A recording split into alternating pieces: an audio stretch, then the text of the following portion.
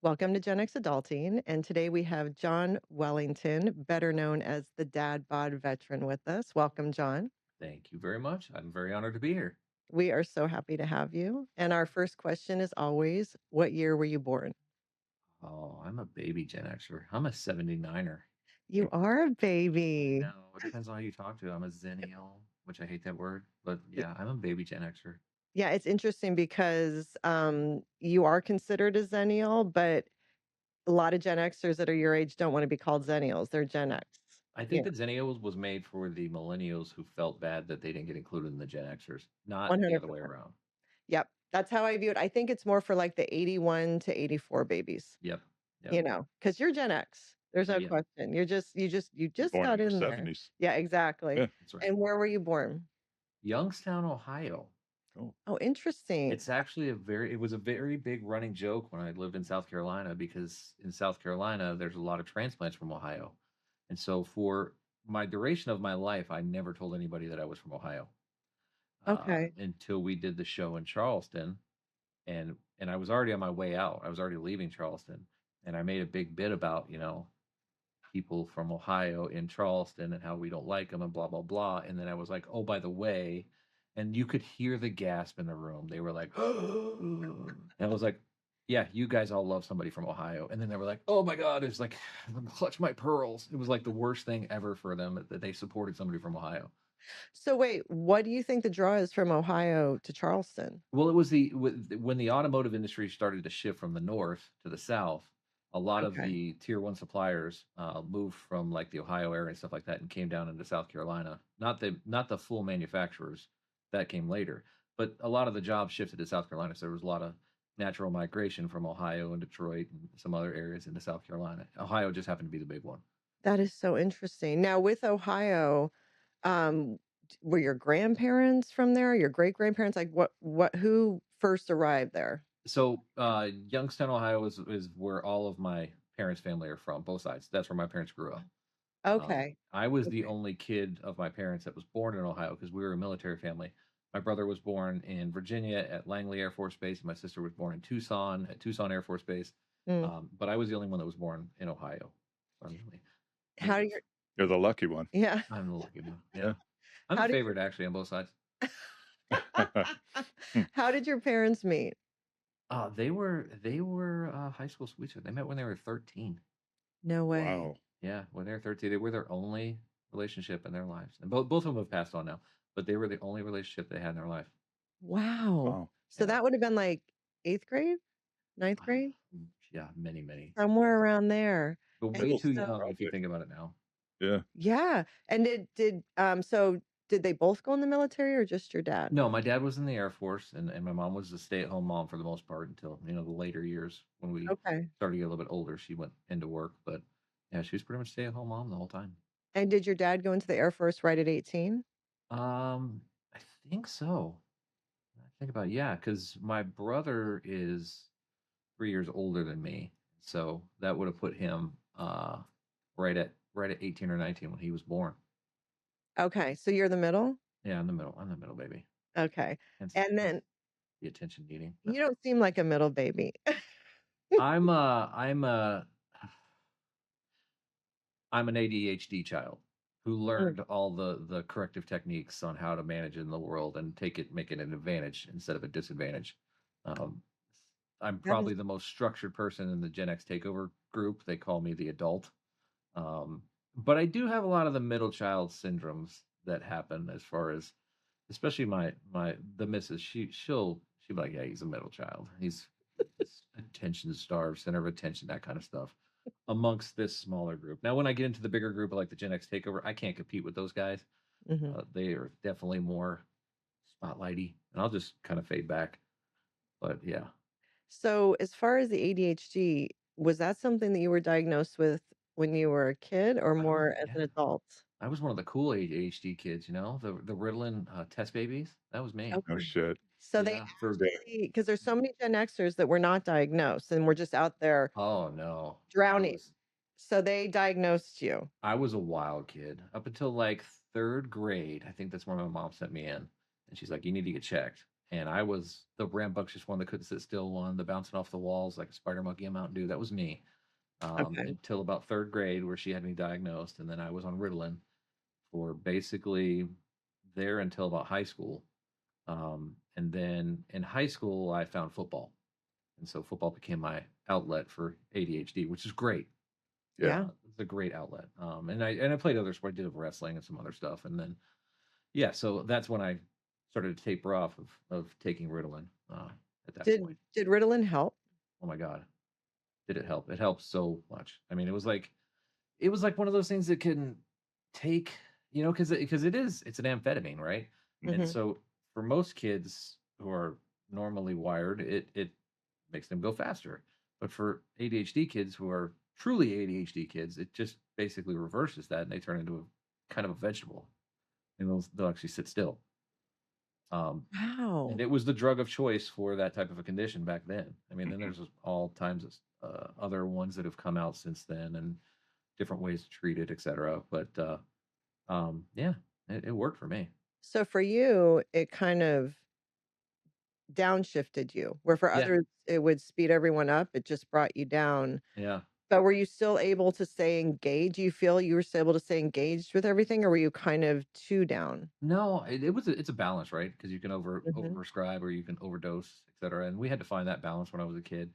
I ended up being so third grade was when I was diagnosed. Fourth grade at Lamb's Elementary School in Charleston, I went from being the kid who was in the principal's office all year long to being the citizen of the year for the school, like getting this Mhm. big award and this That's big awesome. thing for Yeah. being the honorary kid, which is way outside of my swim lane for that time. But yeah, so it does work if it's properly done, and comes with therapy because at the same time I'm taking Ritalin. I'm also getting therapy on how to learn these life skills, on how to manage it, how to use lists to track what you got to do, and how to become structured, etc.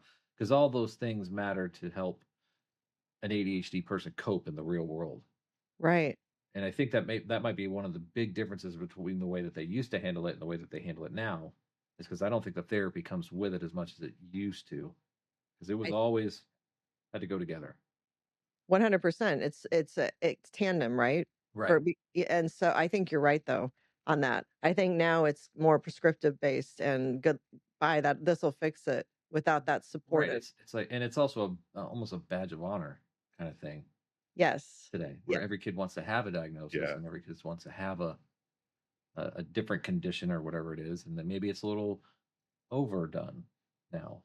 Yeah. I think it's also used now as kind of a scapegoat for certain behaviors instead of Mhm. just addressing a behavior that should be addressed, a normal behavior. It's, Right. oh, it's ADHD or It's it's all ADHD these. fault, right? And Yes. that's one thing I will say that I don't like about what's going on now, is that there's a lot of identification via condition instead of John has ADHD, John is ADHD, Yes. and that becomes the excuse for accountability of your own decisions, because ADHD made me do it because I'm ADHD. No, no, no. You have ADHD. Yes, you have to learn some coping skills to be able to function properly, or whatever the condition may be, but that's not you. You're still the one that makes the decision. You still should be accountable for it. But Yeah. People are No, defining no, you themselves with their condition. To your right, point, exactly. They you define have it, themselves you with their deal with condition. it. It becomes a part of you, but not all of you.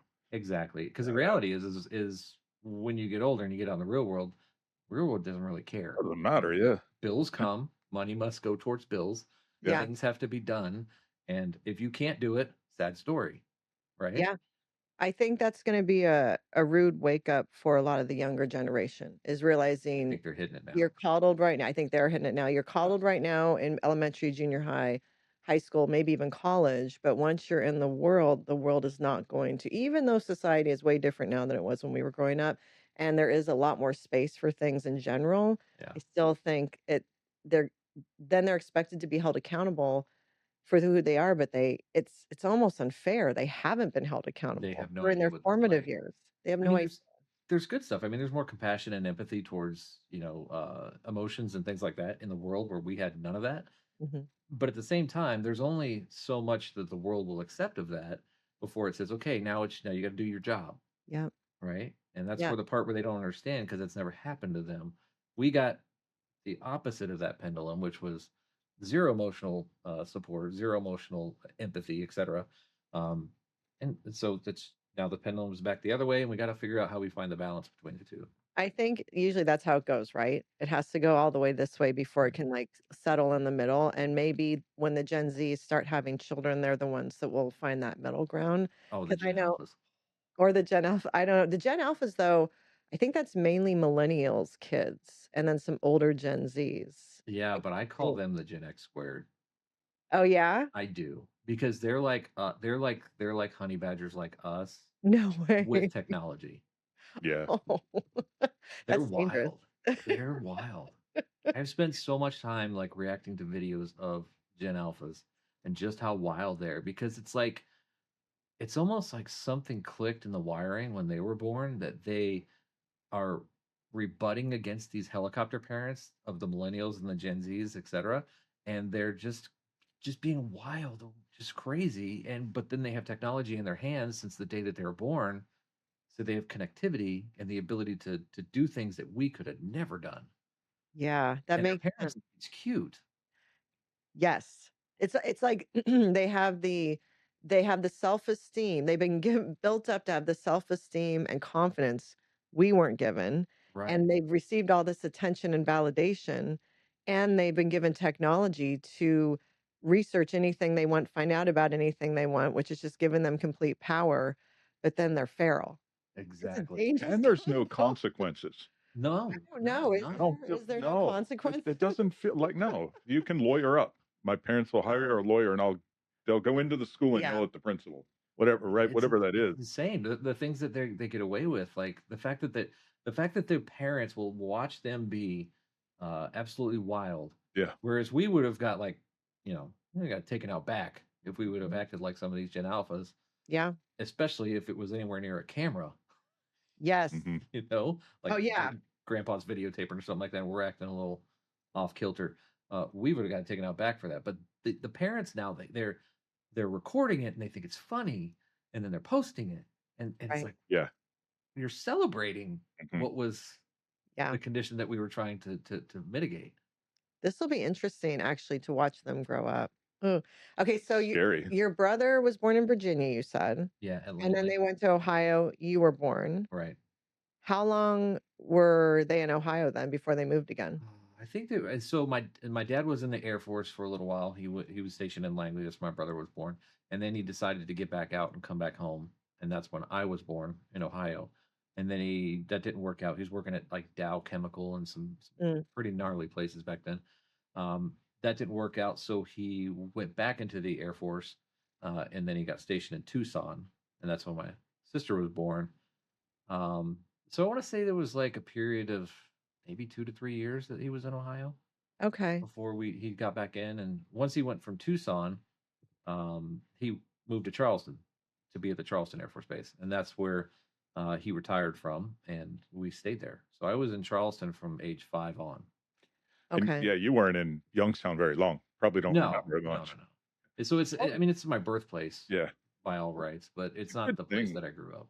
Yeah, it's a good thing too. It's a rough area, It and is. I mean, so it's much money left that area around that time, yeah, which makes it hard to make a living there. So it yeah, makes sense yeah. to not stick around too long. And it hasn't come back. I mean, the No, Lordstown unfortunately. plant has closed, the GM Yeah. plant there. They're not the North is not having a good time when it comes to, No. No. and it's not No. like No. the South is. Everybody's going south. Yeah. Yes.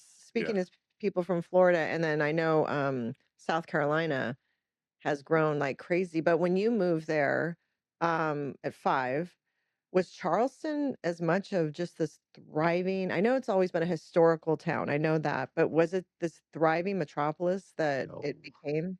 God, no. It was a military town, so the Navy base was here. That Hmm. was the big employer, and then there was a Westvaco, which was a paper mill. Those were the big employers back then. There was nothing else here. Yeah, you can smell that So paper mill. yeah, yeah. So Yeah. if you lived in Charleston, you worked at one of the two or supplier for that. Um, and nobody really knew about Charleston as a historic city either at that time. Mm. So Charleston has a very interesting history because basically up until 1997, which was the year I graduated high school, there was nothing but those two employers. And then in 1997, I don't know if you remember what's called the BRAC, the Base Realignment and Closure, that was under Clinton. Hmm. And that's where he decided that we need to have less military bases. And Mm. so, as part of that, there was a reconciliation, and there was basically a whole year of kind of a bid war to try to keep Charleston open, and Norfolk was doing the same thing to try to keep Norfolk open. The thing that caused the base to close in Charleston was the fact that you could not get a ship underneath the Cooper River Bridge. And in Norfolk, they have tunnels, so it was never an issue. So that was one of the big factors is they could get as big of a ship as they wanted to into the Norfolk Harbor, and Charleston could only get really small ships underneath the bridge to be able to go to the shipyard. Today, many years later, there's a giant bridge that any super tanker can fit underneath, Yeah. right? Yeah. But that wasn't the case back then. We had those old rickety bridges. So the Charleston Air Force or the Charleston Navy base closed. The Air Force base is still here. Um, and when that happened, there was a sucking sound of employment in the Charleston area. I mean, it was like a vacuum. Yeah. And I graduated high school, and there was no real jobs there. And um, I was dating this girl, and she decided she wanted to go off and be a model. And so I decided I need to get as far away from this place as possible. So I joined the Navy. Okay. And so that's how I got, and that's how I got my veteran tag, was I joined the Navy in 1997, 2 weeks after I graduated high school, and left. Okay. And so I went in and lived up in Chicago, and then came back to Norfolk and et cetera. But the Charleston story, and they're kind of matching. The Charleston story and my story kind of coincide with each other. So after I did my time in the Navy, I wanted to come back to Charleston. That was always the plan, because that girl that wanted to be a model ended up being pregnant at the time, which was my daughter. And she didn't know it until after I was in boot camp, and I made my first phone call home, and she said, "Hey, I'm pregnant," and I was excited because I always wanted to be a dad. She was very not excited, so we ended up being married, and we ended up having 3 kids together. And we were in a relationship for 12 years, and we're still good friends. In fact, she lives in Arkansas as well. Um, Trying to keep the story as concise as I can. So when I got out, we were coming back to Charleston. When at that time, Charleston really didn't have any employment, big business employment. So I got a job at a little local manufacturing place here. Then this place called Global Aeronautica came in, and it was an aerospace manufacturer. And so they were making parts for the Boeing 787 Dreamliner. I'm sure you've heard about that airplane. Hmm. Mhm. So I got a job there as their safety manager, in their facility, big facility, and it's the only place where they make the middle section of the fuselage for that airplane. They actually make it out of composite. It's a really cool Mhm. process. If you ever deep dive into how that works, it's really cool and scary at the same time to know how thin airplanes are. Um, and I Like don't a like Coke can flying. or I don't think I wanna know. I don't like flying. No, but we can deep dive that one too. oh, that's funny. So I'm working at this little local manufacturing place. I decide to apply for this place called Global Aeronautica. I get the job, and I don't think anything about what's about to happen to the Charleston area, but I enjoy the job. It pays well. I love it. And then all of a sudden, Boeing decided that they had their their supply chain was too spread out, and they decided to vertically integrate. In other words, they decided to buy up all of their suppliers, so they're part of the company. And so they bought Global Aeronautica, and the other company that was next door, Vought, and they became the mid body and the aft body of the airplane. They then also decided that because of the union issues in Seattle, that they were going to put the second production line for the Boeing 787, the full production line, in Charleston. Wow. And this is where the shift happens in Charleston, because now they have the only wide body airplane manufacturing for Boeing outside of Seattle is in Charleston. Now, I don't know if you've ever seen an airplane get sold, but you think about a car sale, right? You go in there, they give you the bow, they take your picture, they do all the celebration, you get your keys, it's all big party, okay? Amp that up to $200 million. When somebody buys an airplane, there's fireworks. Depending on the airline, there's hula girls. There's all these other things. These guys come in, they fly in, they're buying a $200 million airplane. They go to the local place and they fill it with goods because they're flying out of there back to their home country, and they fill it with goods from that place. So they get exposed Oh, to whatever's in that area. mhm. Now, remember, at this time, Charleston, nobody knows about it. Nobody has any idea about Charleston, right? It's just this quaint little city. And all of a sudden, all these guys with all their money come into Charleston and start seeing Charleston and go, oh, that's nice.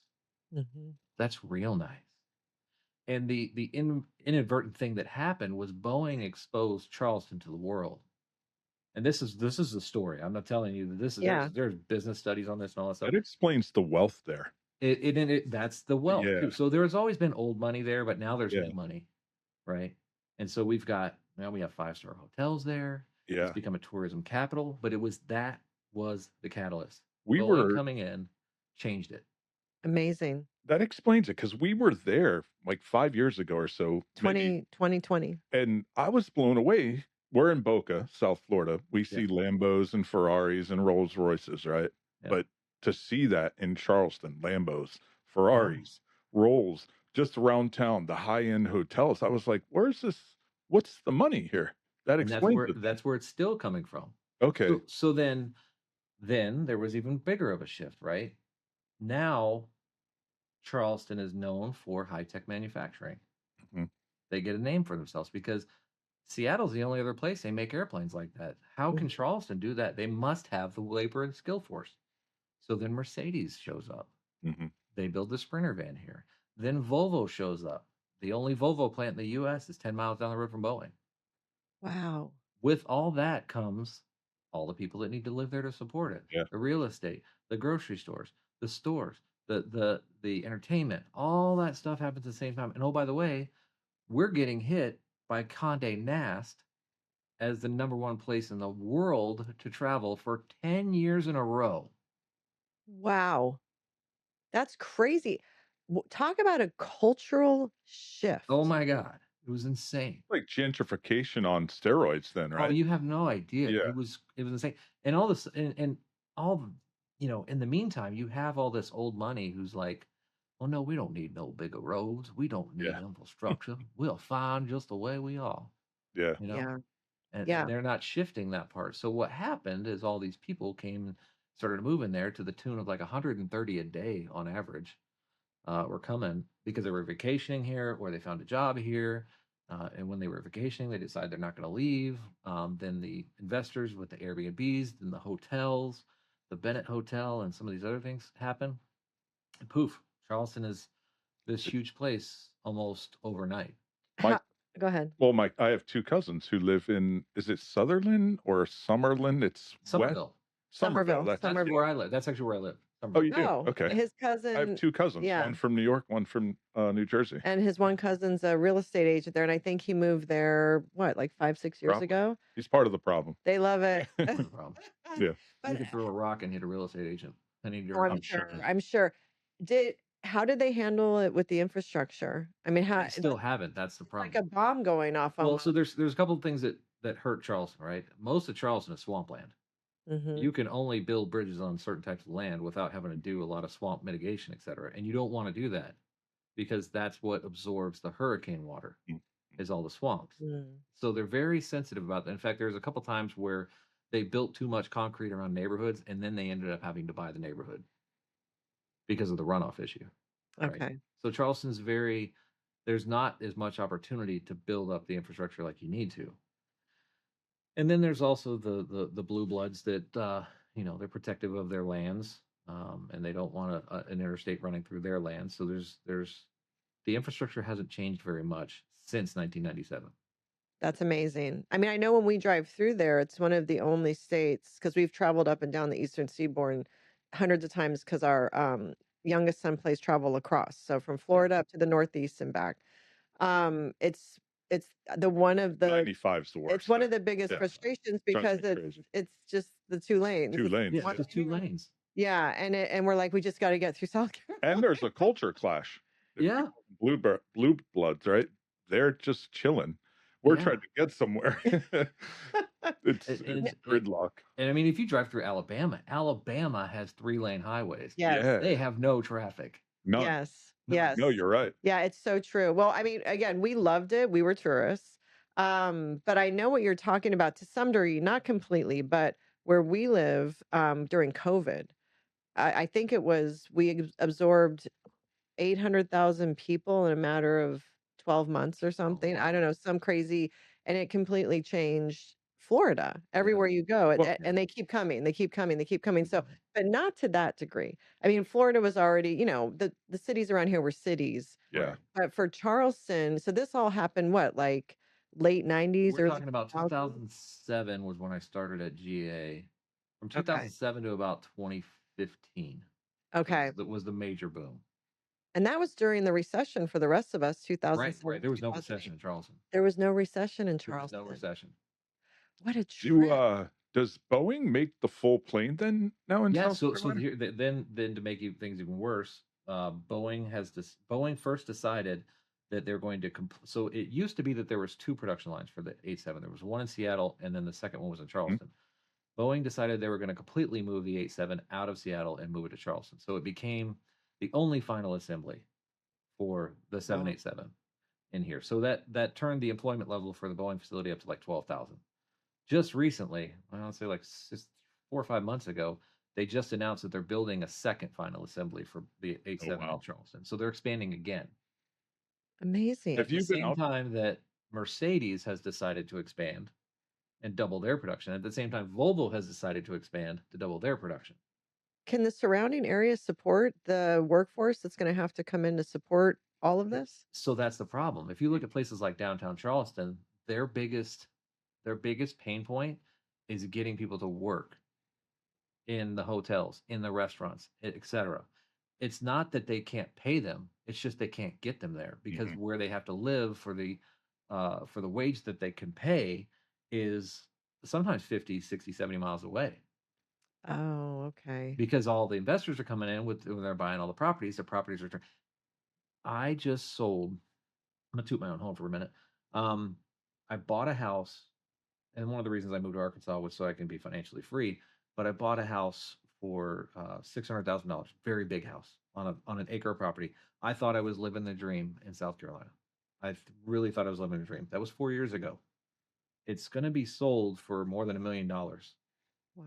like in a week Wow. or so. Congratulations. And Yeah, so we're going to be congratulations. mortgage free here in Arkansas Well, because That's Arkansas is amazing. yeah. That's and amazing. that was kind of one of the motivations to move here is that we can retire in our 40s. Yeah. But it would never have happened anywhere else. Anywhere else. Yeah. Yeah. It can Yeah. That much happen of a here for shift. us. Yeah. We need to move soon. Yeah. And He wants to do the same thing. Florida kind of went through have because of all that, kind of went through something similar. But to your point, if we were to do that, we would have to move out of Florida, yeah. right? Sure. It's anywhere else in Florida, it's the same. Right. You're not becoming financially free. And like I think you had mentioned your daughter lives there. So you have your daughter there Yeah. and your ex-wife. So there's family. There's family. All three of our kids are still here. So that's our balance is figuring out, okay, so how can we bring them all with us? Yeah, and so that's what we're doing slowly. Are you? Yeah, so Oh, we that's have cool. between the two of us, we have 5 kids. She Hmm. has two, and then I have my three. I've got one here. The youngest, I have twin boys. The youngest one is in the Navy, and he's in Mississippi, and the other one is in Seattle. So they Okay. all had left Charleston before we made this decision. Now she has one in North Carolina, and then one who had just got out of the Navy but was living with us and going to the Citadel. Mm. And he agreed that he wanted to move with us. So basically, we're transplanting all of them with us. Her mother just moved from Asheville, North Carolina, and is here now. She just bought a house, and she's working on her cousin and her aunt to move them out here. So we're trying to move everybody Every- out here because it's affordable. yeah. Yeah. I think that's so smart. My dream is to be able to buy enough property where I can have a family compound and everyone build The their Midwest houses. is the place to go. Yeah. I think well, maybe we won't air that part. I have a question going back to the Boeing stuff. Two-part question. Have you been out to like SeaTac area? Oh yeah, I've been out to the Boeing facility and been all through that. So in South Carolina, like we used to live in Oregon. Well, she grew up in Oregon. We lived in Portland, and What I would have part? Portland. Portland. Okay, Hey, the missus is from Bend. Oh, no Yeah. Okay. way. Yeah. Well, a good friend of ours lives in Okay. Bend. Yeah. One of our good friends, actually, Yeah. he's been on the podcast, lives in Bend. Yeah, I grew up in Beaverton. Okay. Yeah. Yeah. I Yeah, know and exactly where Bend's that's at. beautiful. Bend is Yeah. gorgeous. And it's another place that's blown up too. Oh, yeah, and all of Oregon. Yeah. Talk Yeah. about, like, the price of housing is insane. It's Ridiculous. And crazy. traffic. I graduated high school in '89 and then went to college in Ashland, Oregon, which is Southern Oregon, just south of Medford. That's where we met. Okay. And then we stayed, we got married right out of college, had our first son, and within a year moved to Jersey. So I haven't lived in Oregon since 1996. And it did change a lot over the years, but in the last 5 years, I mean, Portland alone is not how I recognize it's become is not how I Portland, I don't like. no, it Yeah. makes me sad, and I always say I won't go back It until was a great city and at I've one said point. this on air, so I don't care, but I won't go back until, they fix it. They clean it. Yeah. Yeah, they need to Yeah. clean it up, but it used to be growing up there, I could leave, my high school in Beaverton, drive into downtown, get a slice of pizza from Escape from New York Pizza in Northwest Portland, and make it back for class. We would all hang out on the waterfront downtown. It was Oh, wow. beautiful, it was safe, it wasn't how it is now. But Bend, really just recently, I wanna say, what, the last 10 years is Yeah. when it's really A lot of the yeah, California transplants, I yeah. think. Yep. Beautiful area, Yeah. though. Runaways. Oh, that's so Yeah. so you're married to a Pacific Northwest girl just like Brian? It's been fun. It's been a Yeah. challenge. We'll compare notes later. Yeah, we will. Okay, so, Well, my oh, my you had question another is just on question. the, Yeah. like, when we were out there and they would build a new plane, they'd Yeah. have like the maiden voyage or Yeah. whatever it be on the news. Does that go on in South That's what I Carolina? think he was All the referring time. to about the Yeah, so party. do they show it on Yeah. the news and Sometimes it depends on how it depends on who is I mean, it's just, if it's somebody that's buying 10 airplanes, they're not going to do all of them. yeah, it's not a But big deal, yeah. if it's somebody that they haven't done before, you know, like Hawaiian Airlines or something like that, yeah, Yeah, they'll yeah. they'll broadcast it. And they Yeah, make it a it's big funny. community event. That's And what I mean. Yeah, it's kind of funny. it's Yeah. insane what they do, how much they spend to stuff that jet with stuff. Yeah. There's a Tanger Outlets literally across the street from the Boeing facility, and they literally will clean out a store. It's Wow. amazing. Is it The mainly financial impact is unmeasurable. Yeah, I was Yeah. gonna say it It's billions of has dollars. to have helped so Oh many my God. And then businesses in there. just to wrap your mind around what Boeing has to do to accommodate these folks. They actually have people in the Boeing company, and I can say this, I don't work there anymore, that will go out and try the restaurants. They'll meet the owners. They'll sleep in the beds. They'll they know, and they're trained to know where I can allow this type of uh, Right. country of origin customer to sleep, or I can allow this type of, because I don't want any conflicts because of ethnicity, blah blah blah. It is amazing. This process is amazing. That explains why it's Jeez. so cultured. Yes. It's Yes. not ass backwards in any way in that No, and Charleston area. and the Charleston area has the people who are local who could not get their mind around something that's outside of Charleston have had struggled Mhm. severely, and I'm talking about the Blue Bloods. They've Yeah. struggled severely with the amount of cultural impact that has happened. Now, I was in the military, so I got exposed at a young age to different cultures, but Mhm. there's a lot of people that have struggled with that, of having people with all these different origins and their different ideas, especially a lot of people from the West Coast and their ideas about how the world should work. And it has changed Charleston significantly into the place that it is today, but it's gone through its challenges, and people have been very hesitant to upset, the way the world was going to be. Yeah. How did, the school system support and the healthcare system support the The influx healthcare of all system the is people? blown up. I mean, luckily there are two main hospitals that saw the writing on the wall quickly and they adapted fast. So the healthcare system is actually still really good. The school system, in the place where most people move to, is adapted well. In the other counties and districts, they haven't adapted as well. But there's one particular place called Mount Pleasant. That's where the real estate agents always push people to go to because it's next to an island and the beaches, and it's the nicer part of the neighborhood because it's so new. It wasn't really a place until after that bridge got built. Like Mhm. you could, because it was very hard to access. I say Yeah. it's north of downtown, isn't Yeah, it? north of downtown is Mount Yeah, I think Pleasant. I'm Yeah, familiar with and, that. and Yeah. I would say that place as a town itself is like 20 years old. Yeah. And so that's where they would always push all the transplants to go move because it was pretty, it was all Yeah. brand new, and all the things that they were accustomed to from their origins, right? Whereas some of the other places like Somerville, more historic, um, less changing, etc. Mhm. So yeah, so there's pockets of success within there, and there's pockets of not success.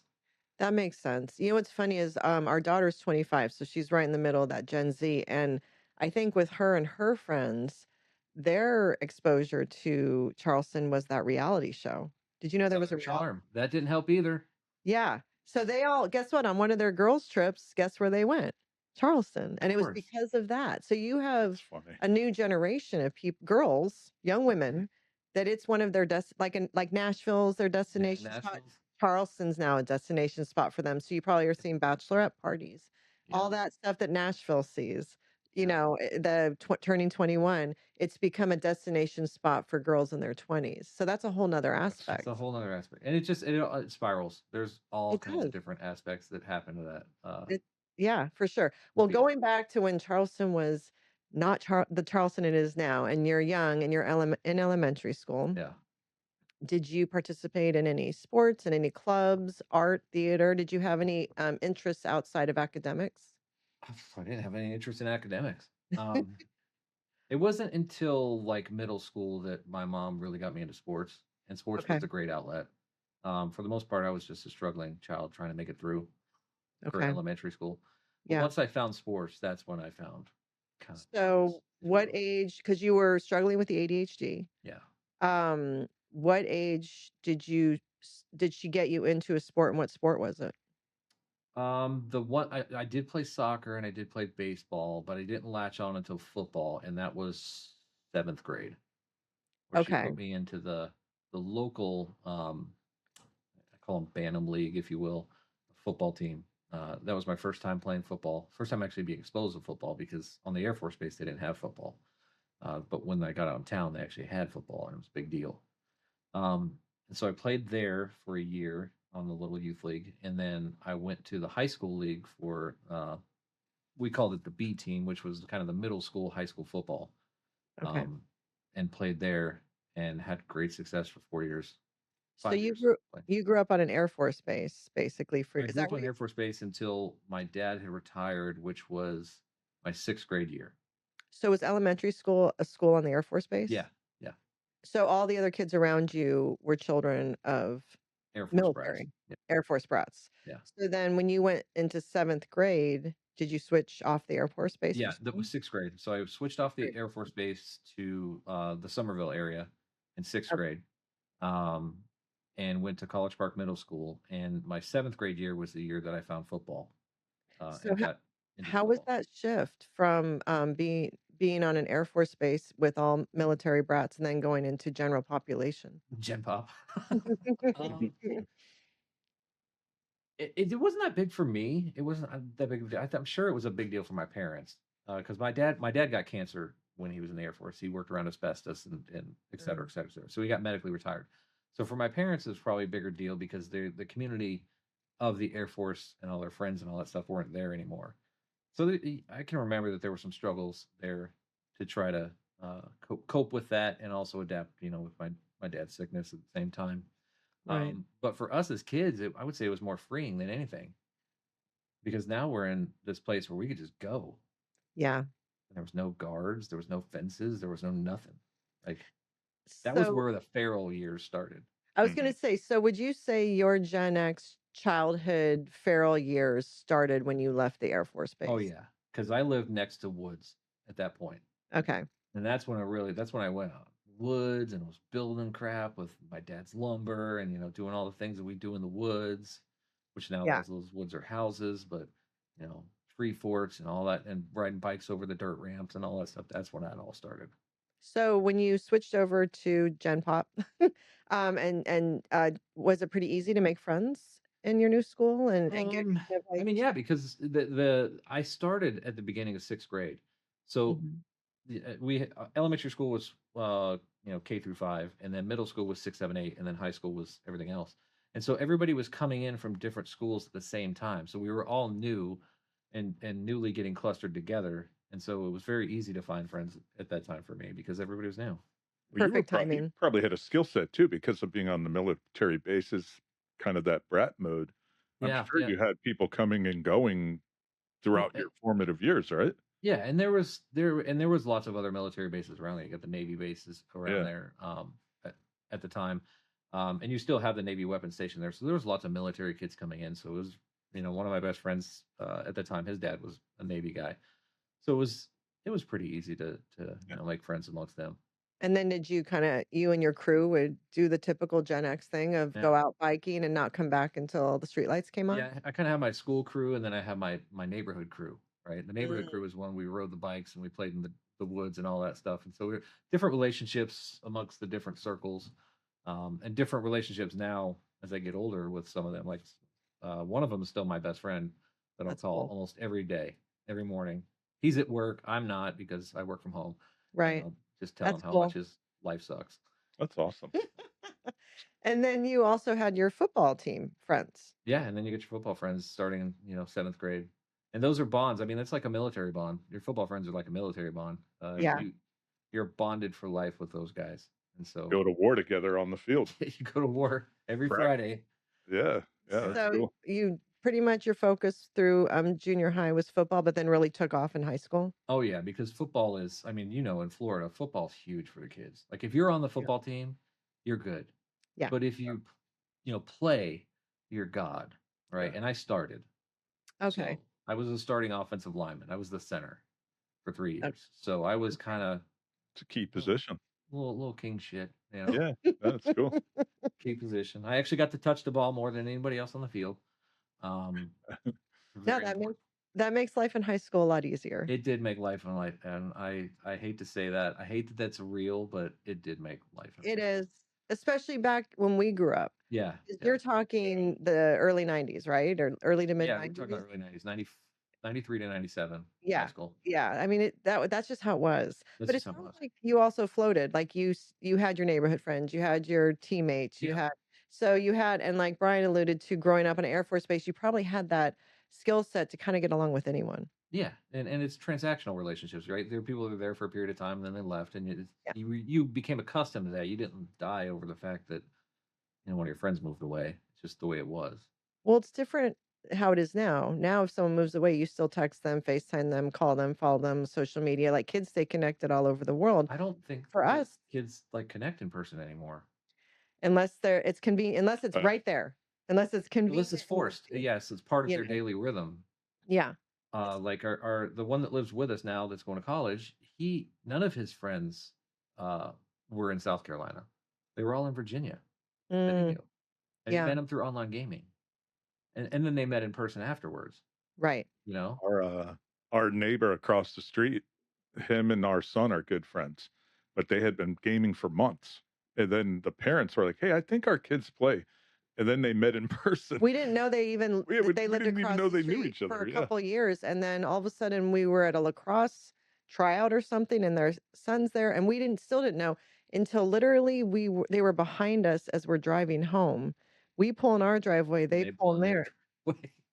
and we're like, Yeah. "Wait." But they'd been playing Xbox together for like a good year or two. Yeah. Oh, It that's was wild. Now they physically go now out and do he was things, here last night, Yeah. Yeah. but he's right across the street, right? So I think if it's like sports or school, like it's there. But as Right. far as other than that, I think it is a much more of a digital footprint, Yeah. It is. So and there's pros and cons. They can keep in touch with people that live out of state and have those relationships. For us, if your friend moved, it's kind of like, are you ever going to see them again? No, Yeah, it was like over. Maybe write them a letter or get on right, a landline, but that's only going to last so long. Life right. goes on. For these guys, they can maintain a digital relationship with Yeah, someone for years, they do. and Yeah. they do, and they do. So when you were in high school, was college ever on the horizon, or was it always going into the military? Oh, it was never going into the military. Oh, okay, And neither was college. okay, Neither was college. I was going to be a bum. okay. That was my goal in life. I was gonna go find some job, probably be like a welder or work in a car shop or something like that. I never had any aspirations in life. I'll just say it that way. So okay, so let me paint the picture.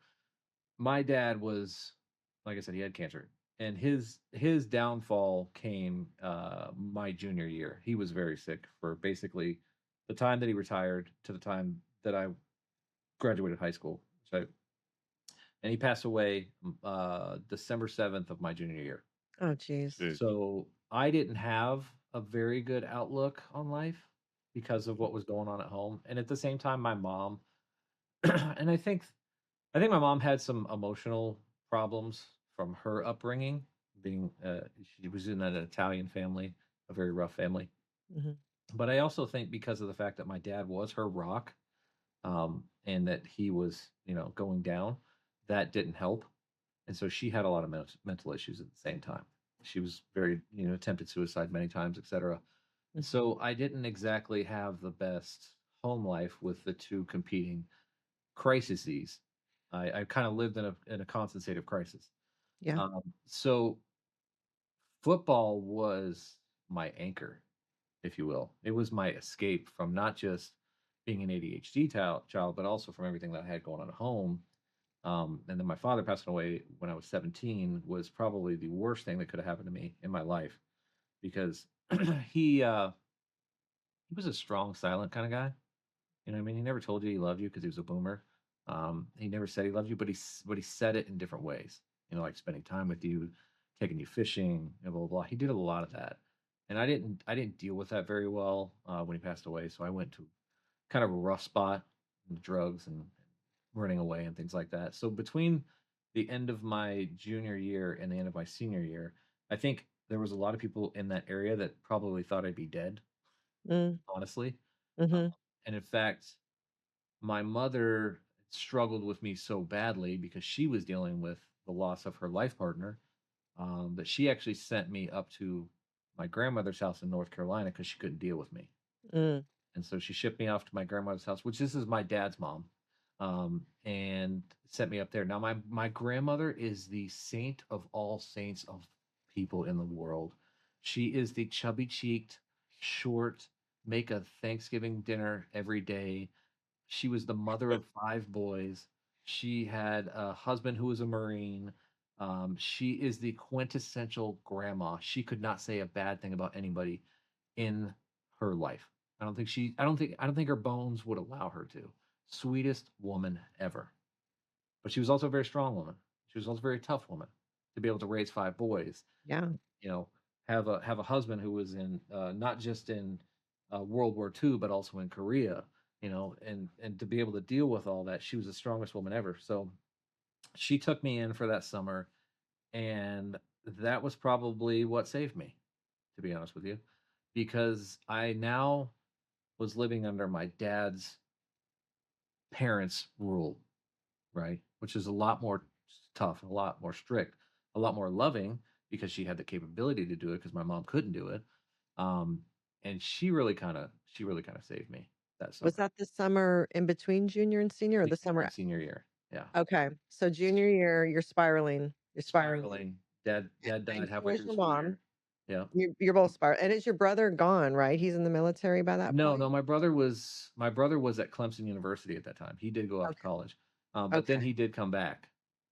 He quit school and he came back, and then my sister was still living with my mom. And so the world didn't think I was coming back when I went to North Carolina. They thought that I was done. They Mm. kind of wrote me off. Mhm. But I did come back. Um, and when I came back a different man. I had just lived under my. I remember one time I worked at Hardee's, which was down the street from my grandmother's house. She lived out in rural North Carolina, and I didn't want to get up for work. You know what I mean? Like normal teenager wants. I don't want to get up for Mhm. work. And she came in and she said, "You need to get up for work." And I said, "Yeah, yeah, yeah." She came in second time. She said, "You need to get up for work." I said, "Yeah, no, no, no, no, blah blah blah." She came in third time. She said, "You know what? If you were your dad, I would have took a belt to you for that second time." And that was when I was like, "Oh my god, this Yeah. is the woman who spanked my dad." You Yeah. know what I mean? Yeah. It was Yeah. that kind of a moment of realization, and it changed me. I mean, it really did change me. It still changes me to this day.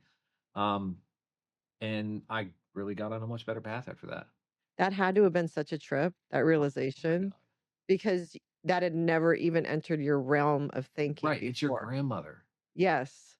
Yeah. You never think about your grandmother as a person who spanked your dad. Right. I've never So thought about that. No, What a me neither. trip. So, and then that was that shift that was the for shift. you. That was the shift. And then I turned around and I was working out. I was taking cinder blocks in her backyard and putting it between a broomstick to lift weights because she didn't have any weights. So I was working out and I got really strong and really big that year. and I came back to football. And when I came back to football, they're like, "I can't believe you're here," but I came back to football a different person, and I kind of became a kind of a superstar. I moved from offensive line to defensive line, and kind of became this superstar for my senior year. And then halfway through my senior year, um, it's a funny story. I met this girl who just happened to be that same girl that wanted to be a model on the football field, and we dated for that year. And then the story uh, goes off after that when I graduate, and had a really good senior year. Had a really good senior year after all It's that. such a success story. I mean, it's such because were you still on ADHD medication No, during no, that? no, no. I stopped when I was in sophomore year. Okay, and so but you had football became almost your Yeah, medicine. football became the structure. Okay, and then substance abuse during that junior year, Yeah, and, um, and then that moment, just that gosh, I can see it, that moment, and then to come back, it literally you couldn't write that. I mean, I that's just know.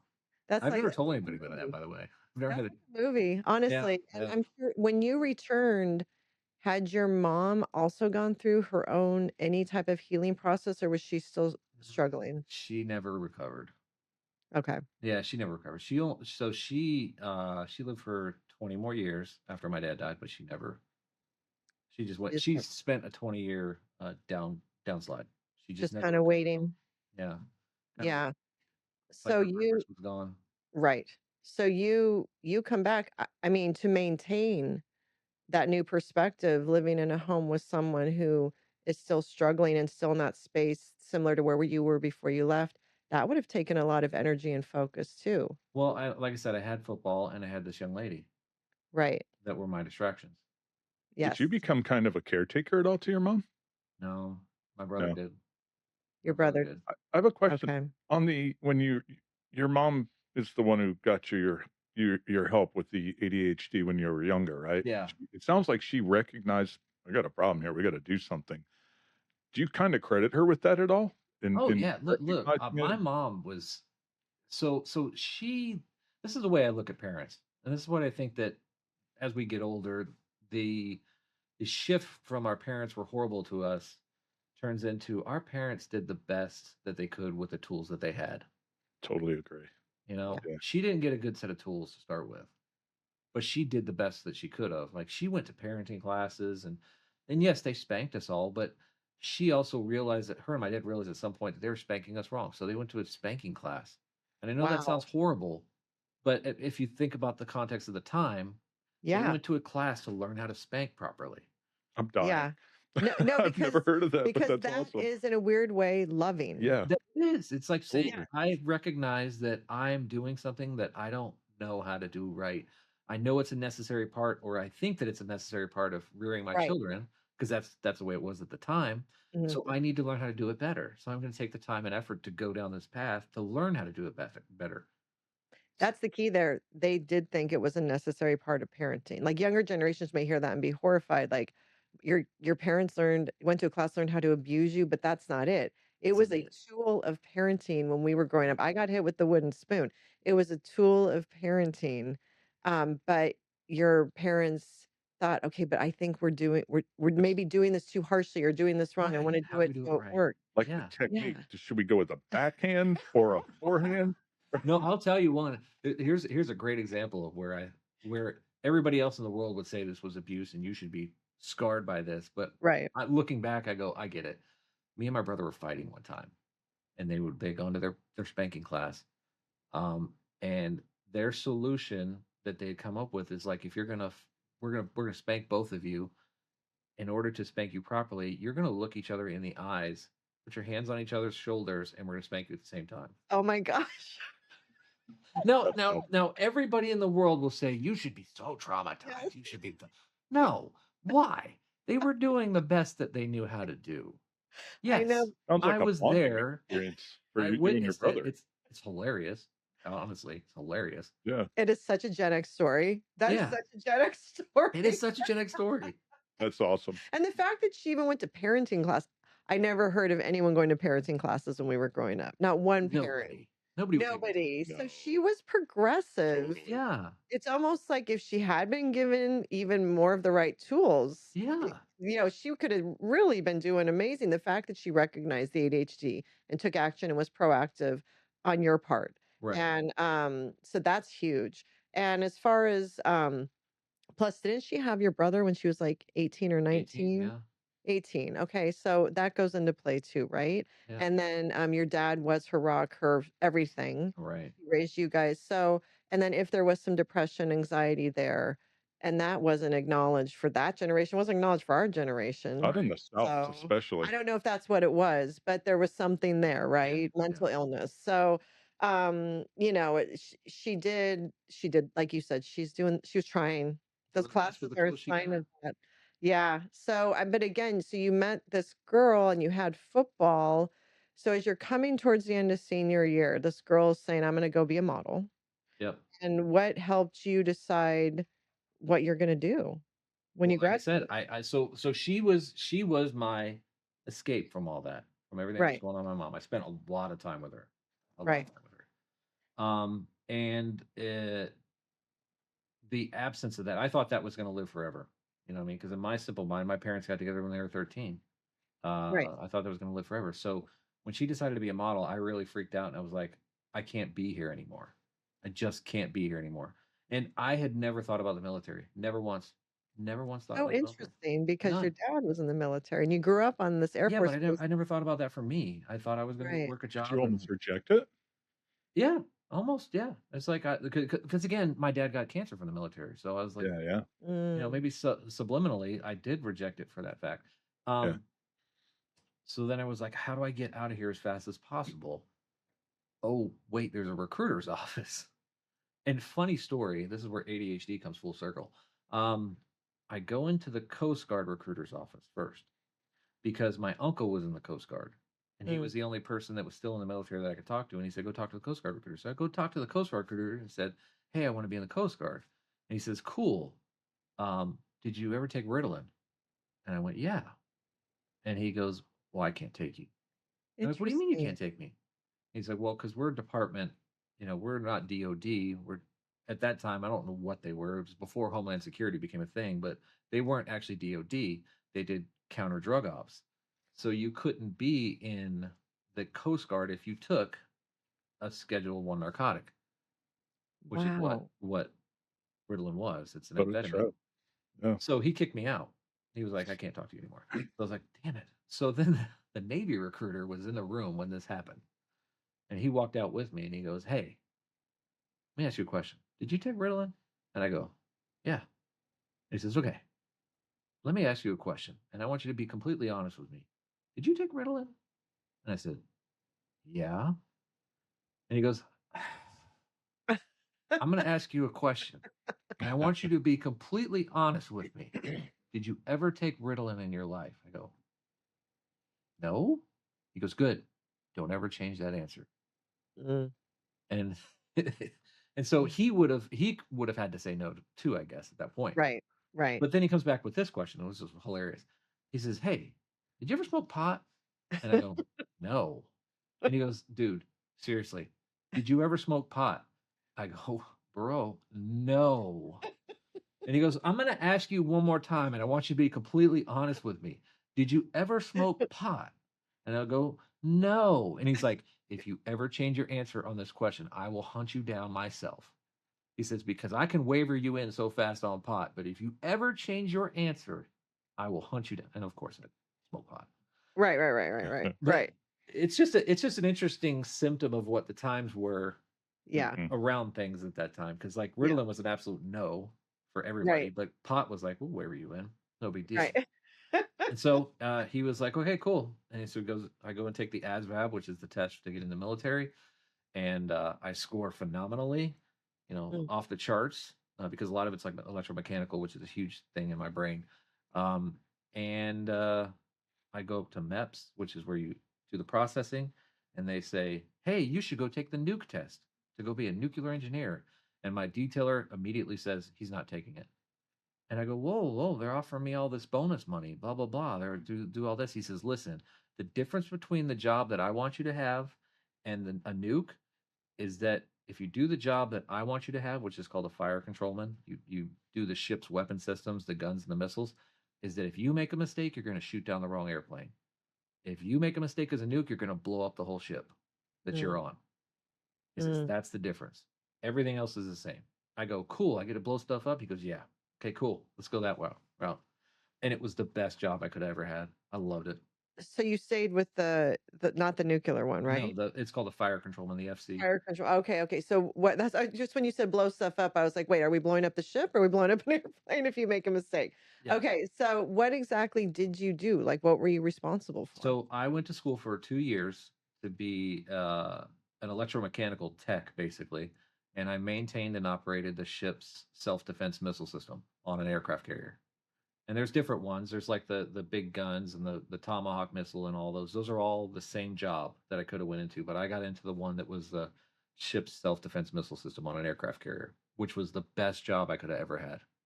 So were you on ships pretty much the whole time? Yeah, basically our job is on ships. I was on 2 aircraft carriers. I was on the USS George Washington and the USS John F. Kennedy. Oh, how cool. That's wild. Wow. That's cool. Yeah, and it was So all because the detailer, or excuse me, my recruiter, he was also an FC, and he wanted me to be an FC. He said, "You're a great FC." So is that the what job. the job is called an It's FC? called an FC, Fire Controlman. It's just abbreviation. FC. Okay. Yeah. And was it technical? Like was a lot of the Very maintaining? technical, super technical. Okay. Electronics, electromechanical, motor repairs, electrical troubleshooting, etc. All of that. And you just had a knack for that? I loved it because that's the way my brain was wired. That's why I said I was going to get a job as like an automotive tech or something like that because that's the way my Okay. brain was wired. All right. Did you And have to go did they have like a boot camp or anything like yeah, that? you go to boot camp in Chicago, and then because that's where all the Navy boot camps are now, and then you go through your technical training. So I did a year and a half more in Chicago, and then I went down to Dam Neck, Virginia, for 6 months for my system specific training. And that's where I learned about the actual system that I was going to work on. But the rest of that stuff was all standard across the board for every FC to go through all this electromechanical training. Okay. About radars and stuff like that. Had you been on a lot of boat like out in the ocean a lot growing up? Never. Wow. Never. That's Never. interesting. And you were willing to go in the Coast Guard and hadn't had any exposure on the Yeah, water. never. I mean, I've been on like a couple river boats and stuff like that, but no, never been out in the open ocean. So now you're what, like 20 when you got your assignment? Yeah, Like, so I was 21 when I got to my first ship, okay. which was the George Washington. And that was in Norfolk. Now, back up, because remember in boot camp, I found out I had a pregnant girlfriend. Right. So as soon as boot camp was over, we got married. Okay. She And stayed. where was she? Was she in She was Charleston? in Somerville. Somerville. Okay. Yeah. So she stayed in Somerville. I was up in school in Chicago, and then we both moved to Dam Neck, Virginia, which is Virginia Beach, where I went to my school together. And that was the first time we lived together in an apartment with our little baby girl. That's my oldest. And so I did my 6 month of training there, and then I went and got stationed on the George Washington, which was in the shipyards at the time, which is cool because you get to see an aircraft carrier out of water. Yeah. Thought I about bet that, but that's that's a a pretty trip. big deal. Yeah. But what turned out to be is that interesting story is that fire controlmen work and radars work in a very particular way. When a radar in a fire control system is targeting an airplane, it sets off a lot of alarms in the airplane. Okay, if you think about the movies where they say I'm being locked on and they get the bells and the whistles, that's a fire control radar locking onto them. So if you think about an aircraft carrier, they're flying planes all day long, right? That's what they do. Aircraft carriers push the airplanes off the pointy end and they catch them on the blunt end. That's what they do all day long. I wasn't allowed to turn my radar on whenever they were flying because of the airplanes flying. So I didn't do anything for 6 months. You were just there. I was just there in case something With happened. all this knowledge, but All just this knowledge and all this stuff. So I worked out a lot. I studied. I did. I learned things. I learned new things. I went to great ports when I was out to sea and had a very, very good time. And I worked very, very little. So what ports did you go to? Oh my God. Halifax, Nova Scotia, Key West. We went down to Key West. We went to Key West the same weekend as St. Patty's Day and Spring Break weekend. Oh, that's awesome. They Fun. decided to dump an aircraft carrier of 5,000 people in there. That's amazing. That was wild. I bet. Let's see. So when we went overseas, we went to Palma de Mallorca, which is an island of Spain. Wow. We went to Naples, Italy, which I took the train and went to Rome. We went to Trieste, Italy, which I went to Venice. We went to Dubrovnik, Croatia. We went to Corfu, Greece, which is my favorite place in the world, Corfu. Beautiful island. If you ever get a chance, Corfu is the place. Antalya, Turkey, Marmaris, Turkey, and then in the Persian Gulf, because this was at the time of the Persian Gulf activity, we went to Dubai in the UAE and Bahrain, which there's a Navy base there in Bahrain. So how long are you in each of these ports on average? Usually about 2, 3, maybe 4 days, depending on the port. So long enough to explore. Yeah. That's amazing. Yeah. And get paid. And Yeah. get paid. So what's one of your most memorable moments from all of these ports? I mean, I was in the Colosseum in Rome. I was in the Vatican. I went to the Vatican when Pope John Paul II was doing his military mass. That's amazing. I was. I mean, Corfu was awesome. I had a blast in Corfu, and I went to the same restaurant 4 times in Corfu. What about Corfu sticks with you? It's like this. It's like this tiny island. It's not a big island. It's a tiny island, crushed shell beaches. But then there's this road on this place called Ipsos Beach. Is their primary beach, and all of the restaurants are these old houses that are all open air. They just have like a garage door where they roll up, and there's delicious food, and you're looking at these mountains, and the ocean is clear, and there's crushed shell beach, and then there's like, little feral cats that'll walk up to you while you're eating, and it was so peaceful. I mean, Rome is crazy, right? Naples is crazy. Those are crazy towns. But it was just so peaceful there. I loved it so much. And I got really, really hammered there too. Really hammered. How were the locals to you guys when you would port?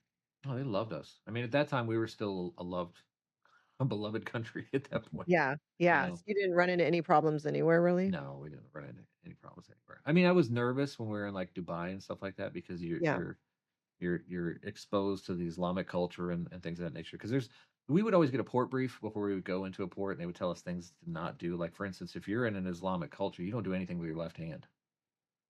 Really? Because that's the hand they wipe their ass with. Mm-hmm. And they don't use toilet paper. So it's very insulting. No, I'm not kidding. They would tell us this is important, that you don't do anything with your left hand because it's insulting. And I'm left-handed. Wait. But what does that mean, not to do anything? Is that a fact? Like, you don't pick up anything. You don't receive anything. You don't reach out and take a dollar bill from somebody with your left hand. You don't grab something off of a food tray with your left hand, because it's all very culturally insulting. Wait. You said they don't use toilet paper? No. Is that real? I wouldn't come on your podcast to lie to you. No, it's true. There's a lot of things in the world that we Americans don't know about. Like, for instance, we're one of the few countries that actually use toilets. A lot of countries actually just have porcelain holes in the floor with skids on the side, and they squat. Oh. If you go into some of like in Turkey, oh my goodness, they don't have shower doors, and there's no such thing as a male and female bathroom. And so they're just squatting over this porcelain hole in the floor, and there's no such thing as a male and female bathroom.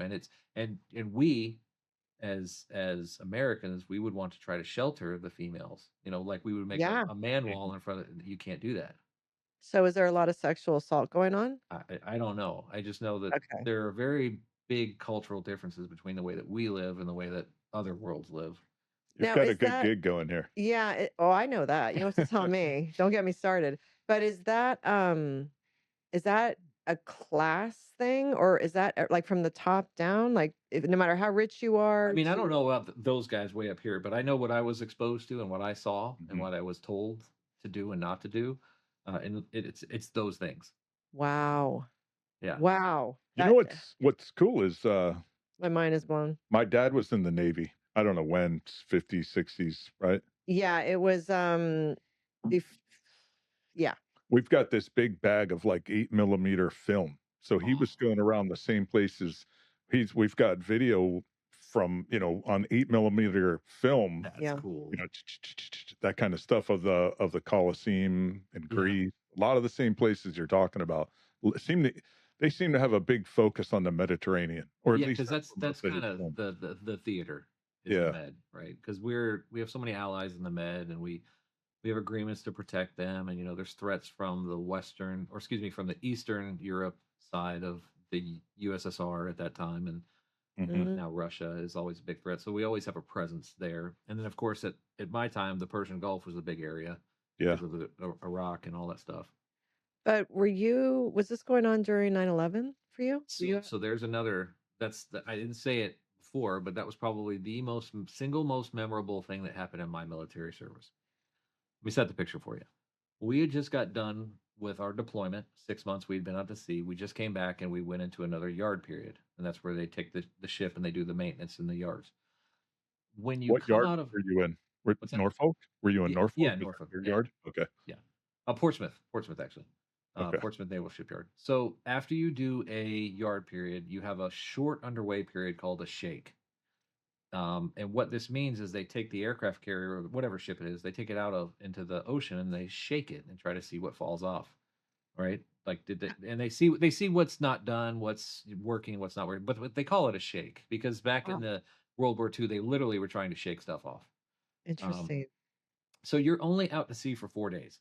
The ship has no ammo. The ship has no fuel. It's Oh, just wow. the complement of people on the boat. Okay. We left 9/10/2001. 9/11 2001, we're out to sea. We as FCs have nothing to do because we don't have any, our ship's weapon systems aren't armed, or none of that is there. I have chills right now. Oh We my gosh. we're watching the news in our work center. We're all having coffee like we do every morning, and we're watching the Today Show. And I still watch the Today Show up to today. And all of a sudden, they flip it over and they show the first tower get hit, and we're all like, "That's crazy." And so then we just keep watching, and they start talking about it, blah blah blah. And then the second one hit, and we're like, "That's not crazy anymore. That's purposeful." And then the TV went off, and then the CO came over the one MC and he said, "Hey guys, we're not going home." I had 4 pairs of underwear. And there's pictures of this on the internet. The George Washington went up into New York Harbor and was doing what's called plane guard. In other words, we were looking for the next attack. We were waiting for the next attack in New York Harbor. We were basically protecting New York Harbor because we were the closest ship that could get there that was already out to sea. We had no weapons, we had no fuel, and on the way up to New York Harbor, every every capable weapon that could be put on our boat was put on our boat. So Like boats would like ride we would out have you. helos coming in and doing Mhm. what's called a vert rep, vertical replenishment, and bringing all the weapons and ammo and supplies that we needed to be able to make it through however long we were going to be out. We didn't know how long we were going to be out. We ended up loading our missile launchers with what are called telemetry birds. So this is getting very technical, but in a normal missile launcher, they have warhead birds. Warhead birds are not meant to actually hit target. They get close to a target and then they blow up, and then they shoot shrapnel, whatever it is, and that usually takes out the target. A telemetry bird, it's meant for if you're doing a test missile shoot. It has a bunch of electronics in the warhead, and it really has no purpose to actually kill an enemy, right? But that's what we had available to us. So we loaded up all of our launchers with telemetry birds just in case there was another one, and we would Could have you had have to. done damage with that? Well, I mean, if you hit it skin to skin, you can, Yeah, yeah. but Okay. if you don't, and missiles go Mach 2 and targets go fast, so Right, it's a right. whole thing. So they loaded us up with that, and then we went up and we sat in New York Harbor. We sat in New York Harbor for like 4 days, um, and we could smell New York City. I mean, like I said, look it up. The George Washington New York Harbor. You'll see that was I us. feel like we may have seen it because we lived up there at the time, Yeah, and we had some vantage points, being locals, where you could. I'm curious if you're calling New York Harbor, would that be out by like the Statue of Liberty, or more up in Manhattan, or just kind of out, it was maybe a just out. It was perimeter? just out. I just know Yeah, that I could see the smoke from the top of the flight deck, and yeah, yeah. we were probably out a little bit more because we couldn't be in there where all the shipping containers were, etc. Yeah. I mean, there was a tremendous military presence shortly after that, obviously, right? Yeah, yeah. Between the Coast Guard, and then this wasn't military, but the Red Cross brought in their main Okay, so boat. you brought up the Red Cross. All right. So this is a story that nobody's ever heard.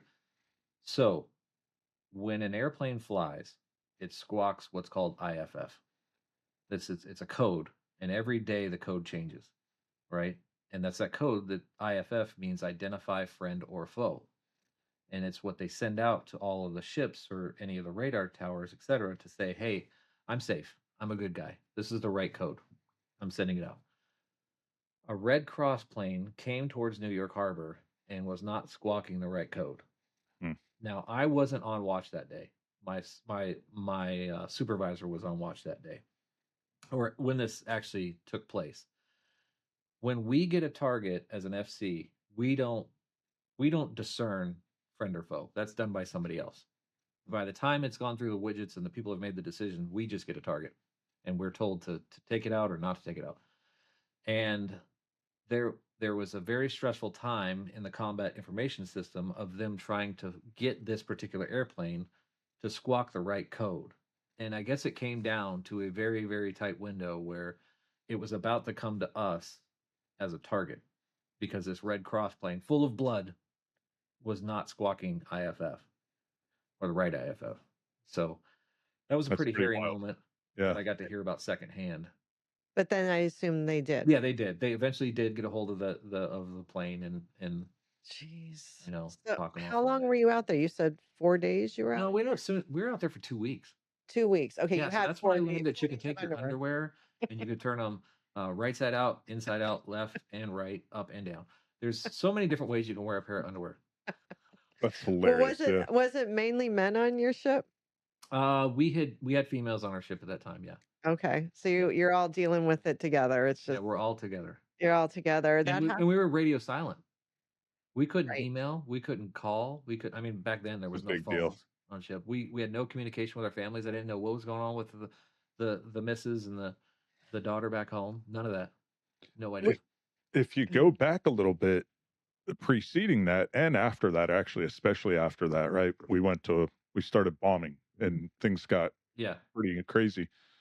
Were you still in the Navy during all of that? And was it peaceful beforehand? Then 9/11 hit and kind of things got real. And Well, I think that so when we went over to the Persian Gulf for that deployment before that, it was still a war deployment because it wasn't so much the Persian Gulf that was the issue. It was up in the Baltic that was the problem at that time.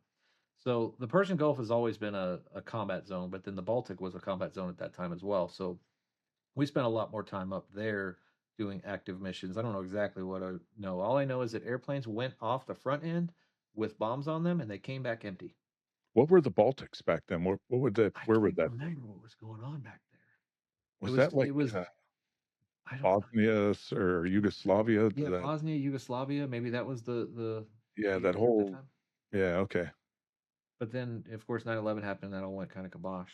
Yeah. Yeah. And then were you sent back out after 9/11? Did Yeah, you? so then the story changes it. So after 9/11, we go back in after that 2 week period and we park and we're continuing to do our workups for our next deployment cycle.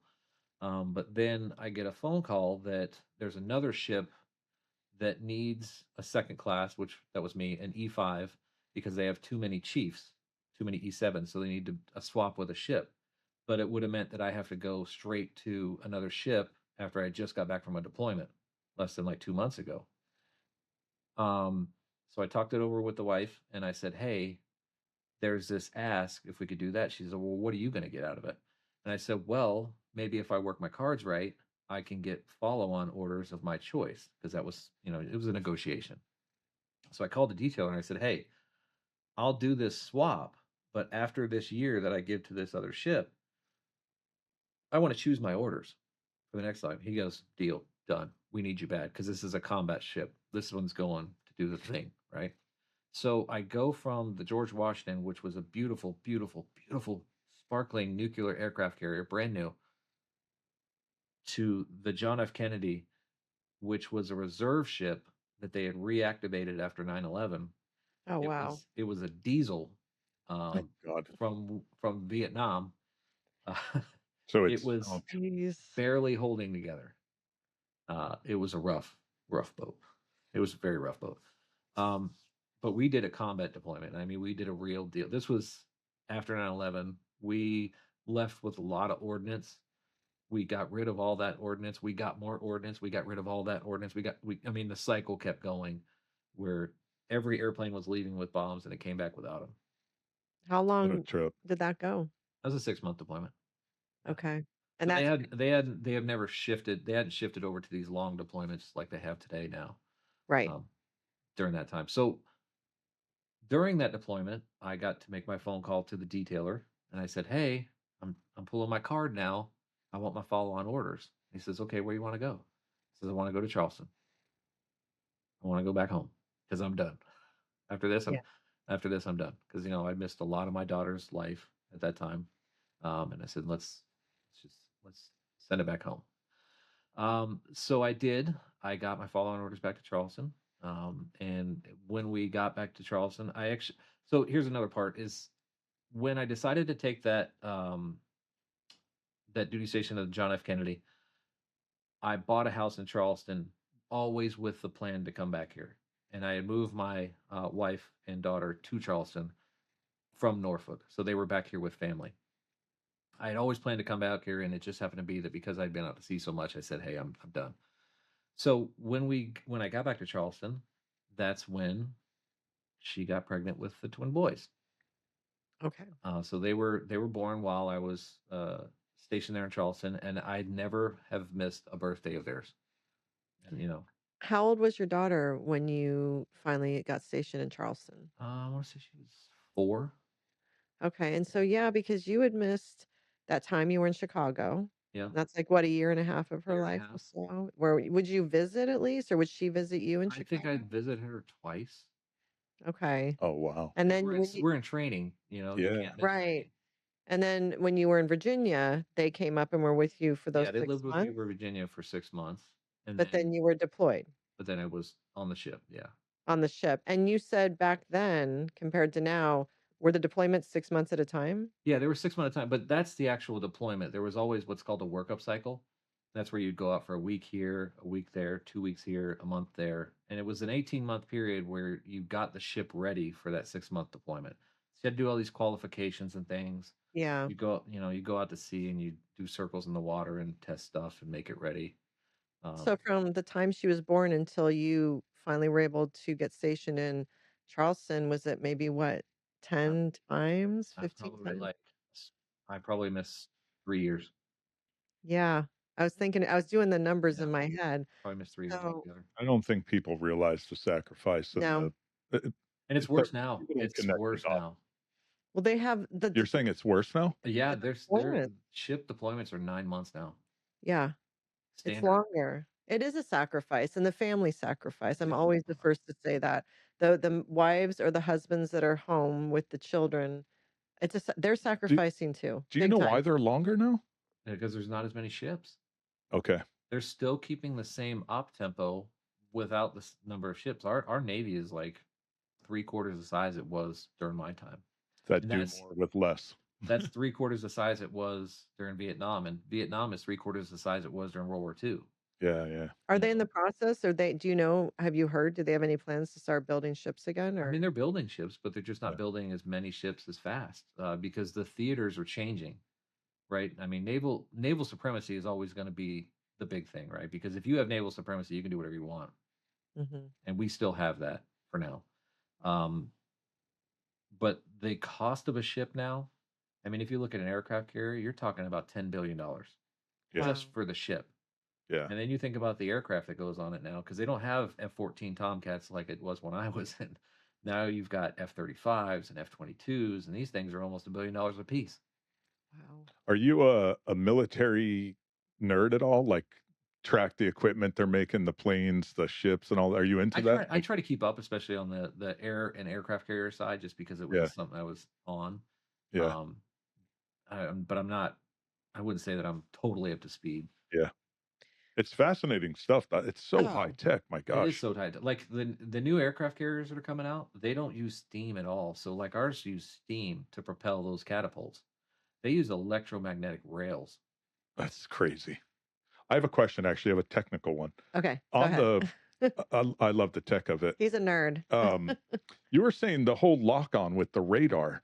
So you couldn't turn radar on when planes were flying around, right? Correct. So how does that translate into when you're in theater and it is, say, live when it's combat time? So you have different type of radars. Technical question. You have different type of radars. You have long range search radars, and then you have fire control radars.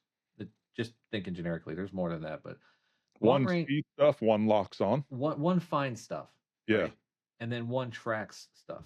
Hmm. So if you think about your airport radar, that's a long range search radar. At the time, it was like 48 Echo, 49. But anyway, those are technical numbers.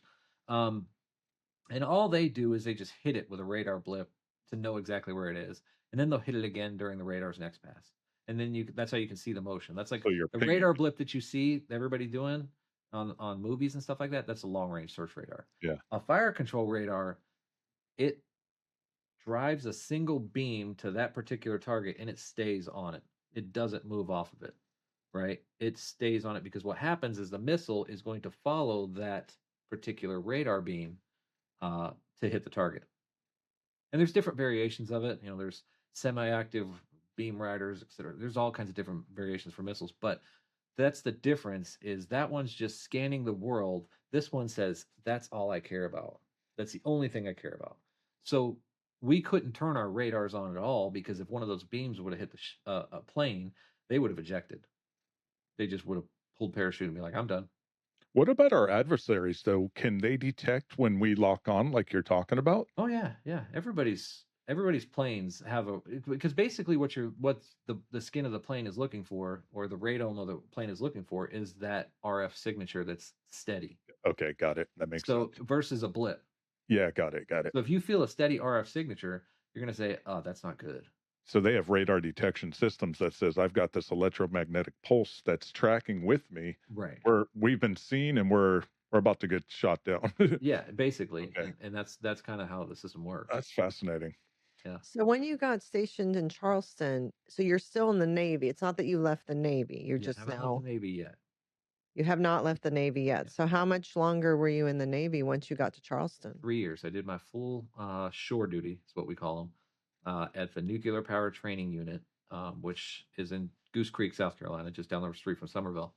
And that's the school for all of the nukes. So there's two, now there's three.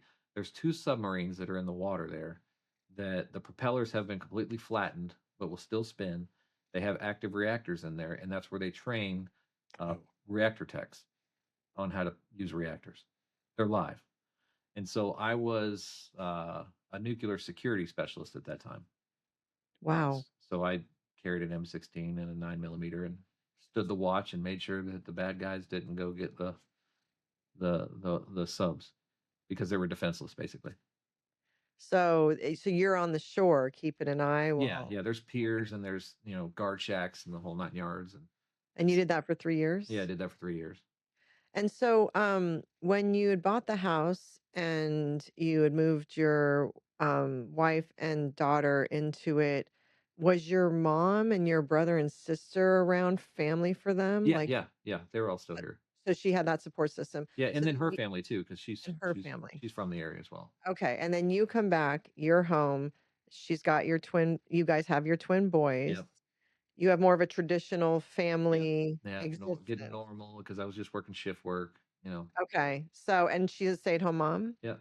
Yep. And well, she also was she had grown up here and or there, and she had worked at a horse stables, Oh, Black Bottom cool. Stable. So she's a horse girl her whole life. So she worked out there at the stables, and my daughter went out there with her and worked Okay. horses. So Well, my that's my daughter cool. was raised on horses pretty much.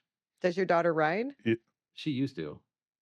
She used to. Okay. But she never via our pay. She always rode. She was always a free rider, if you will, where people, they needed their horse to be ridden, etc.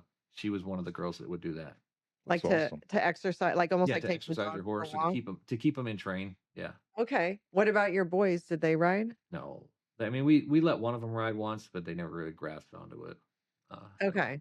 Because that's a But whole I mean, life. now that I say that, I mean, my ex, she was riding horses, pregnant with twins, all the way up until 36 weeks. Oh my Wow. goodness. Wow. I Yeah, she assume was a broodmare. not at full canter, whatever it's called. I'm sure she Yeah. was still taking it Well, I mean, easy. she was still going. She would still go out there working. She was Wow. what's funny is she always used to say, she's like, I never wanted kids, but I'm made for breeding. Yeah. Because she's since we got divorced, she's has two more baby girls, um, Okay. Okay. in her 40s. I'm like, wow, bless your Oh, heart. geez. Oh, geez. We had our last one. I turned 39. So that was a surprise, our bonus, because we have 28, 25, and 15. Oh my, And so just squeezing him in at 39, I can't imagine 40s. I can't, because I struggled with being yeah, she 39. did like the water birth and the at-home Oh, birth, and like geez. one, and actually the last one she had, she couldn't make it to the hospital, so they just turned around and she had him in the bathroom. Oh, stop. No, not at 40. Yeah, Not, no, yeah, I think she's yeah. like 43. Oh, Oh, wow. wow. God bless her. I know. That's when I did natural the first two. By 39, I was like epidural. I went backwards. I didn't Yeah, do that. she I was was, all epidural for the boys. I mean, she was yeah. all the So whole nine yards for the she boys. flipped. So you guys are humming along, having you've have settled into your family life. How long were you married? 12 years. 12 years. Okay. And then And I mean, we just realized that we were not, we got married way too young, mm, and that we're better friends than, you know, in a relationship.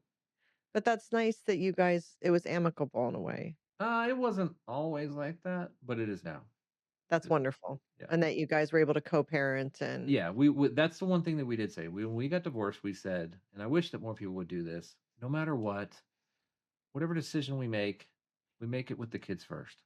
yeah. And if you can do that, there's so much less fighting. Yes. There's so much less It's fighting true. because Better it's for the very easy. kids. It's for the Because kids. you were what, 30 then when you got because weren't you 18 when you guys got I'm trying to married think. or 31. 31. so close to there? Yeah. But you did your shorter duty for 3 years, you said? Yep. And then I got out, And what did you do after that? and that's when I started. I worked like one or two small jobs, but then I got that job at Global Aeronautica, Okay. which turned into Boeing. Okay, so corporate. Yeah, corporate. Was there a big shift for you Oh my God. professionally, mentally, all that? Like what Mentally, was it like mentally. going from It's okay, so hard. yeah. Civilians are slackers. Oh, yeah. You Yes. came in with your Yeah. military background, probably some discipline. Well, I mean, it's just getting up and going to work. Yeah. Yeah. And also one of the things that my first class of my chiefs would always say is whatever your problems are, they didn't come in your seat bag. Mm, You know what I mean? Like that's a great thing that you have that issue, but that's not the problem for the place of employment in the military. So I had to learn really fast that everybody's problems they do come in their seat bag in the civilian world. definitely. And you got to deal with it, especially as a manager. That's amazing. So you're managing civilian That was the worst part was trying to learn how to manage civilians I'm with all sure. their sad stories. I'm sure. And also the fact learning that things, I don't know how it was where you worked, but in general with corporate, things are slow and there aren't a lot of resolutions that there's not a lot of Right. problem solving. It's more of Everything it's like let's moves at a just move speed. these pieces. Decisions are made at speed. There's and especially in Boeing, it's like paralysis by analysis. It's like because the way that Boeing works is if you think about an automotive company, they do uh, uh, 5 hours of wrenching for every 1 minute of thinking. Yeah. Well, aerospace, they do 5 hours of thinking for every 1 minute of wrenching Yeah. because the wrench is bigger, right? Yeah. You know, airplanes fall apart. Obviously, Boeing's having that problem. But cars don't do that. And you don't have to put as much stress upon the decision that you make when you put a car together. You just do a, recall and you fix the problem. Well, you can't do that in aerospace. So Right. that's a lot more thought. And so you're like, oh my God, can we just decide what we're doing? I've done this chart like 55,000 times. I've recolored it. I've recoded. I've set it 16 different ways. Can we just make a decision and move on? Yeah. Did you But if you, not find, was the military not like that? Because part of what you're describing, I think, is Boeing has so much government regulation, right? So they're just like nervous. They don't want to get in trouble The military moves quicker. Military's command and control. Well, there you go. There's a That makes person in sense. charge, and he makes the Yeah, decision, yeah. right? And there's no committee, there's Not no committee. group of people that absolve the accountability of an individual, right? Yeah, There's just the guy, and if he yeah, makes the wrong call, well, it's the guy's fault. In yep. the corporate world, there's committees and there's teams and there's an absolution of accountability on an individual, right? It's Everybody has plausible deniability. exactly. They're like, Yeah, yeah, I was part of the team, but wow, I don't remember that being chosen. You know, yeah. She did it. So exactly. Yeah. were there growing pains where you were in HR's office because people complained that you were mean to them? No, it wasn't so much that. It's just I found some good mentors along the way Yeah. to help me through that transition, and they I would always go to. There's one guy that worked at Global Aeronautica and then Boeing with me. Him and I would go to lunch every day together, and he was an older guy. He was also ex Air Force, and he would kind of mentor me through these challenges, and he's still a really good friend of mine, and just help coach me through all this, and that's how I made it. Really, was people like that. I never got in trouble. I loved but the one thing I will say about that's different about the military leadership structure versus the corporate leadership structure is most of the time military leadership structural structure and managers and leaders actually care about their employees or the people that work with them because they're in the trenches together, right? If Mhm, you don't do your job, I'm going to die mhm. kind of scenario where when you transition into the civilian world, at least for the initial period, you still care about your employees like that. Where Right. in the corporate world, that doesn't happen. You're just a number. I will be nice to you as much as I'm required to be by the policy, but I don't really care about you. And Yeah. so I always loved my employees, especially my first 7 employees. I had 6 employees when I was there at GA, and I loved every one of them. I knew them all. I'd bake them, the missus would bake them cakes and bring them food, and they would bring in food, and we always had this very family atmosphere, and a lot of people were very jealous of what we had. And it's I'm just because sure. I wasn't a civilian, you know, Right. Well, that's the irony, right? People would think it's the opposite, but the military is more personal and the corporate is very much so. impersonal. But Yeah, people we're would more think personal. There's lines, right? There's lines of right, personality, and there's times when personal issues matter, and there's times when it doesn't. And the corporate right. world doesn't understand that, Yeah. and they're not Yeah. the people haven't grown up in that to be structured to know when to turn it off and turn it on. Right. I've found my best hires have been military guys. Yeah, 100%. Yeah, you have they a are point and shoot Marine? kind of guys. I mean, like you Yeah. can give them a Yeah. task and say, "I need it by the X date," and they're probably going to have it done early and better. You know what I found is they get the totality better, Yeah, I think. they understand the Bigger big bigger picture. thinking. Yeah. So how long did you do that? The Uh, corporate with world. with Boeing, so I went from Boeing. I was 10 years with Boeing, and then Mercedes uh, had a position for to do a ramp up again, and I went over to the Mercedes facility in Charleston that builds a Sprinter van, and I did their safety, security, and other thing program for 10 years, and I technically still work for Mercedes, Oh, okay. technically, but that will come to a close here in March when I retire. Nice. Yeah, So you've been able to okay, so before I jump into that, so you're working for is did the content creation come when you were working for Mercedes? it came kind of post COVID, shortly post COVID. Okay. So So you get divorced from your first wife mhm. and you're still living in Charleston At that time, yeah, yeah, at that time and you're yeah, co-parenting. yeah. Um, how long from then till you met your current wife? It actually overlapped. Okay. I was gonna It joke overlapped for all maybe of 6 us. months before, but Yeah, it actually from I mean, because in South Carolina you have to be separated for a year before you can get divorced, and Oh, Oh, interesting. interesting. yeah, and Wow. you can't cohabitate. You can't be intimate together for an entire year. That's like the law and That's court the enforced law, type of thing? and Wow. that is enforced hard. Wow. Like if they find out that you Really? guys slept, like even spent the night in the same domicile, it's like counter restarts. No kidding. Wow. Yeah, they're strict about that. South Carolina is very strict about that. Okay. So we had to be separated for a year, and so of course I was dating, and that's when I met Julie, the Your current or wife. the Mrs. DBV, as Yes. you will. Yes. I love That's that. where Okay. I met her, and we've been together ever since. And she has children. She had a children from a previous Yeah, marriage? she had children from, and she was getting divorced at the same time, so it's like she was waiting for her year at the Right, same time. right, So right. we're all waiting for our year because at that same time, Jenny, my first wife, she met the father of her two kids. Okay. We're all in So you're this. all kind of doing this thing, Yeah, waiting. we're all doing the same thing. We're all waiting for our year to be up, and we meet these other people, and it worked out. So your what did your wife have daughters from her first marriage or son and daughter? What? Oh, so she's got two boys. Two boys. Yeah, And were they close in age to your yeah. two So boys my and daughter is daughter? the oldest, and then there's Nick, her oldest, and then there's Jackson, her youngest, and then there's my twin boys. And how was it blending the family? It was difficult. And she's what we talked about, she's from Oregon. I'm Mhm. from South Carolina. So there's two different perspectives on how parenting works. Right. And we had to come to the meeting in the middle of what that really should look like for the larger group.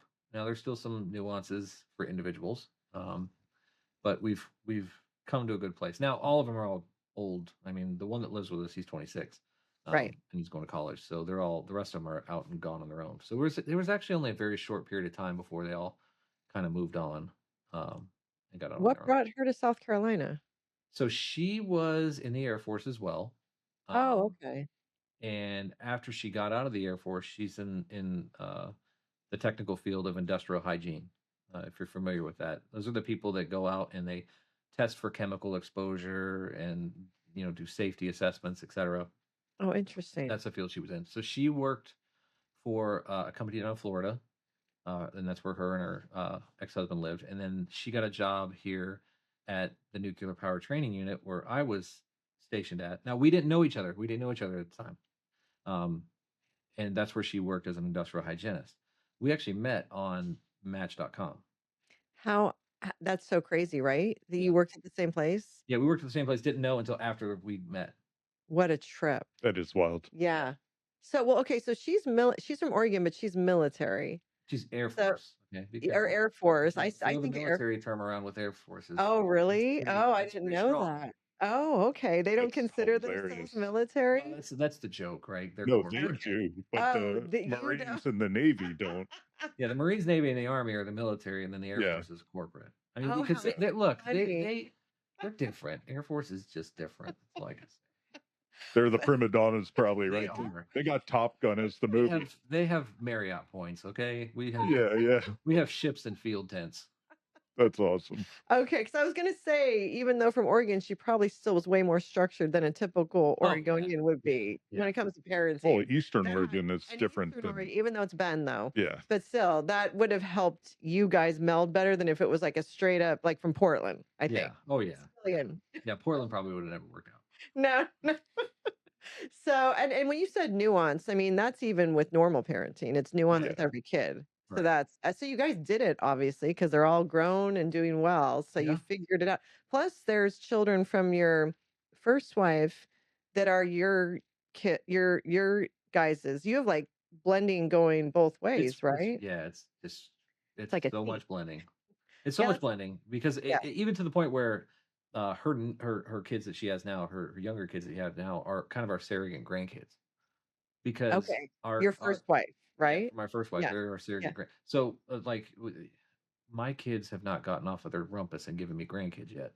Mm, I had my daughter when I was 18. I was born when my parents were young. So where the heck, chop chop, you're preaching to the choir. chop I'm chop. waiting I'm not to. getting any younger. That's awesome. I say the same thing. Yeah, she's Yeah, ready. I'm ready. I'm all over them. Like we have 3 of our kids are probably not a good bet for kids Mhm. just because of the life that they chose. And we have 2 of them that are good bets. We have Okay. one of them that's married, You're right? almost there. You're almost And there. and is the probably the 95% bet. He's the All one right. that's in the Navy, which it's funny because he's the baby. You know. But there's that nuance. Yeah, You so he know. but he's 21, and it's kind of like, okay, kid, come on, Yeah. time to Yeah. And pony then up. how old are the children from your first wife that she had with her current husband? They are 5 and 3. Okay, so they're littles. Yeah, they're babies, Yeah, yeah. and they're So sweet. how often do you guys all get together? Yeah, so we see each other Ever? every Friday. So No we way. go. So this- everybody says I should write a book about this or do a reality TV show because her mother moved from South Carolina. My ex-wife Jenny, her mother moved Right. from South Carolina to Arkansas because they were originally from the Missouri area, Okay. and we're like 10 miles from Missouri. And so she bought a condo next to where my ex-wife lives. There's actually a piece of property between the two, but anyway, so she bought a condo next to my ex-wife, and then there's another unit, and then Julie's mom bought the other unit on the other side of that. No And way. so every Friday we have family dinners, all of us, That's amazing. All over of at you. Jenny's mom's house. That's actually really, really That's cool. cool. That Yeah, is really cool. Yeah. we all That's get really along, and it's cool. very community. And we're Yeah. trying to bring more family in. You know, we're in conversations with lots of different family members and I I'm got a friends. couple sure. kids I I'm can sure. send your way if Yeah. you want. No. What do your first wife's kids call you and your wife? John and Okay, Julie. so not like aunt or uncle or Yeah, anything like that. No. Okay. yeah, Mr. No. John and Miss Julie. That's very, very, very cool. Okay, so Julie was there from the start of your content creation Oh yeah, yeah, yeah. because you were still working corporate. I was still working corporate, but so I worked at the plant, the Vans plant, for 2 years, and then I got the nod from the corporate security guy, and he says, "Hey, I love what you do. I love how you are. Do you want to come up to corporate?" And I said, "Okay, well, what does that mean first before I say yes?" He says, "Well, you get to work from home." And I said, "Pff, I don't need to hear anything else. I don't need to hear Yeah. anything else Sign me up. because the factory life is rough." Mhm. I will tell everybody to the day that I die. If you are going into the factory life, I don't care if they're spending, paying you millions of dollars. Just be ready. You're giving your life to that place. Is Because it because of the hours or no, it's because factories make stuff and they don't stop. If they stop, they should close the factory. So as long as you're part of that factory, you're attached to making stuff all the time, Mm, And things break. and things break, Yeah, and things constantly. don't work out, and people get Yeah. hurt.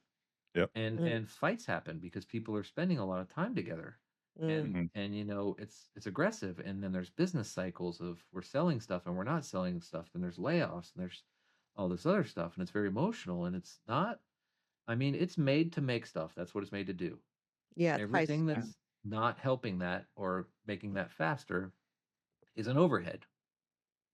And during that time, were you managing people? Oh yeah. And they're different people. And they're Yeah. different people. Yeah. Yeah, Yeah. and so I went from when I was at Boeing, I was just safety, and I had 6 safety specialists and industrial hygienists. When I went to Mercedes, I was safety, security, medical, and then the teamwear store, the cafeteria. I had all this stuff under my umbrella, and all these Wow. different personalities and different work scopes, Yeah. and it was rough. So as soon as he said you get to work from home, I said, I'm done. And he says, Yeah. and you don't have to manage people. I said, you already told me how much you love me. And then he says, and oh, by the way, you're going to be responsible for events for the entire globe. And I go, oh, what? And he says, yeah, you're going to be the process manager for event security for the whole world for Mercedes. And I'm like, what? I was like, that's a thing, first of all. And he's like, yeah, Yeah. it's a thing.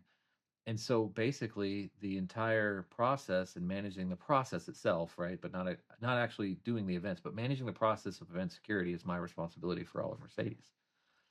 Now, I took advantage of that and went to a lot of really cool events. Think about what Mercedes has their star on: Formula One, Yeah. Mhm. fashion shows, tennis, Yeah. football games, It's all you high name end it, stuff. Yeah. all that stuff. Yeah, that's cool. I decided to take advantage of the opportunity Yeah. because my That's kids are amazing. grown, and went and did that before COVID. Were you able to bring Julie too? I was not for that. So it's just you? It was just me. But Okay. I got to do some really cool stuff, see some really cool cars, meet some awesome, like Lewis Hamilton, Alicia Keys. I mean, I got to meet all these people and be their security. Like physically, their Yeah, security or okay, so you would go and you were there to be secure. like the secure guy, the Yeah, security guy. yeah.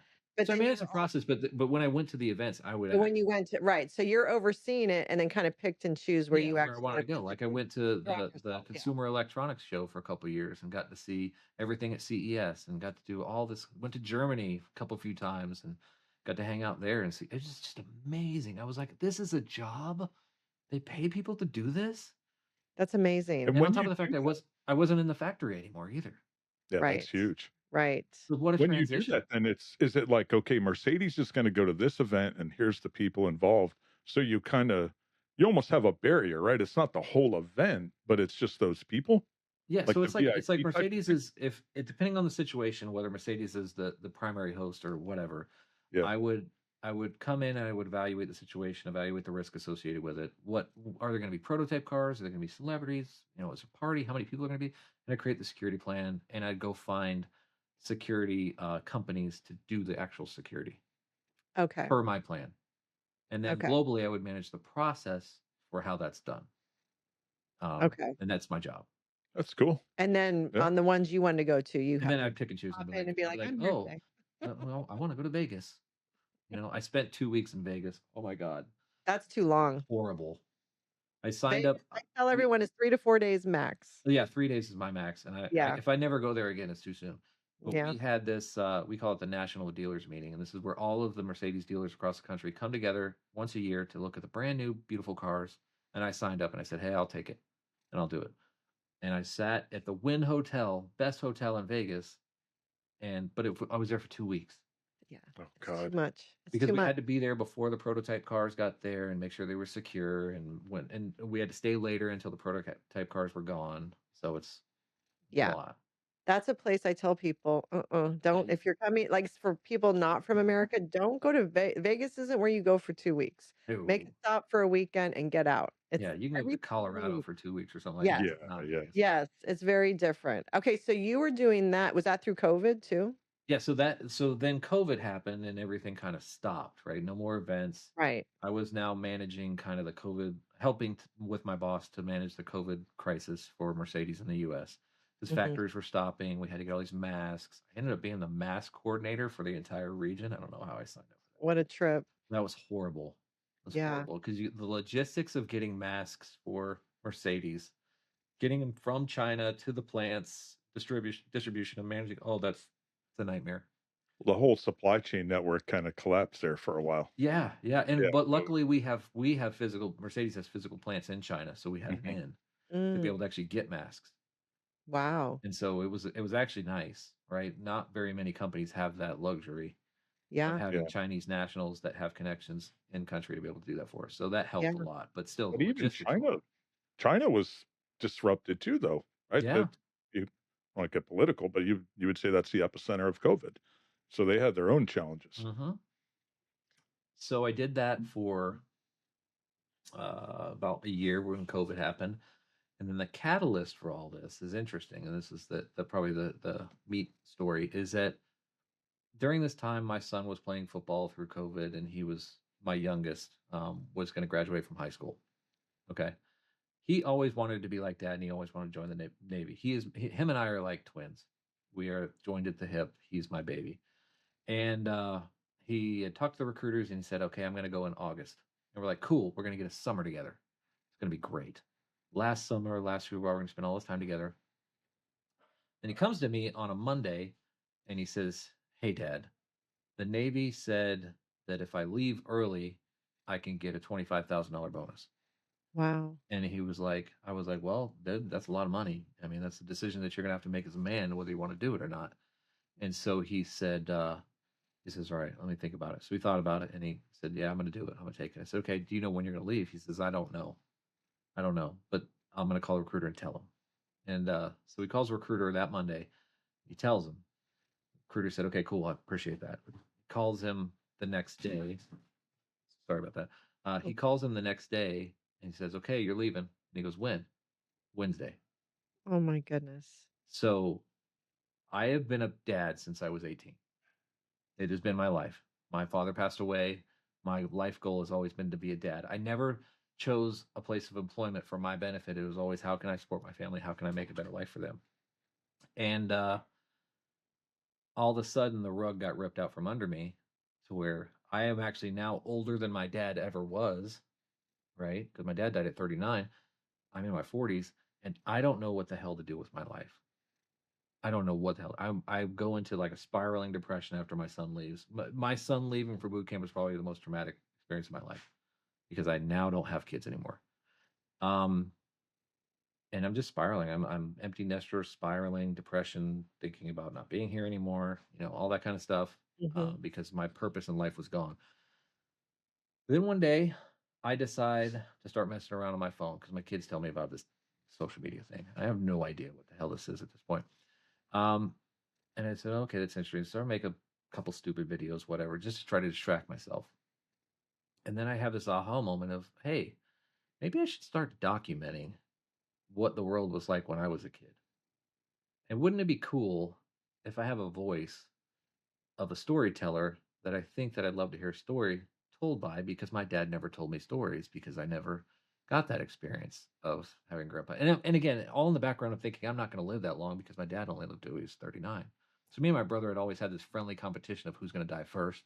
Mm. And both of us are still here, so we've already ruined that. So we started recording videos of me telling stories of how the world was when I was a kid, with this, humorous and sarcastic guy, all with what I call the Disney undertones of, how Disney movies are, where they've got the adult undertones in the storyline, but Yeah. it's meant for kids. That's what I was doing. Yeah.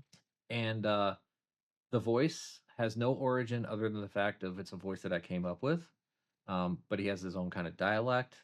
He's got everything that he's got. But if you'll notice, whenever I'm doing my videos, I'm always looking down and to the left, like Mhm. I'm talking to a little kid. Yeah. That placement is like, we're both leaning over the rail and we're talking to each other, but you're smaller than me.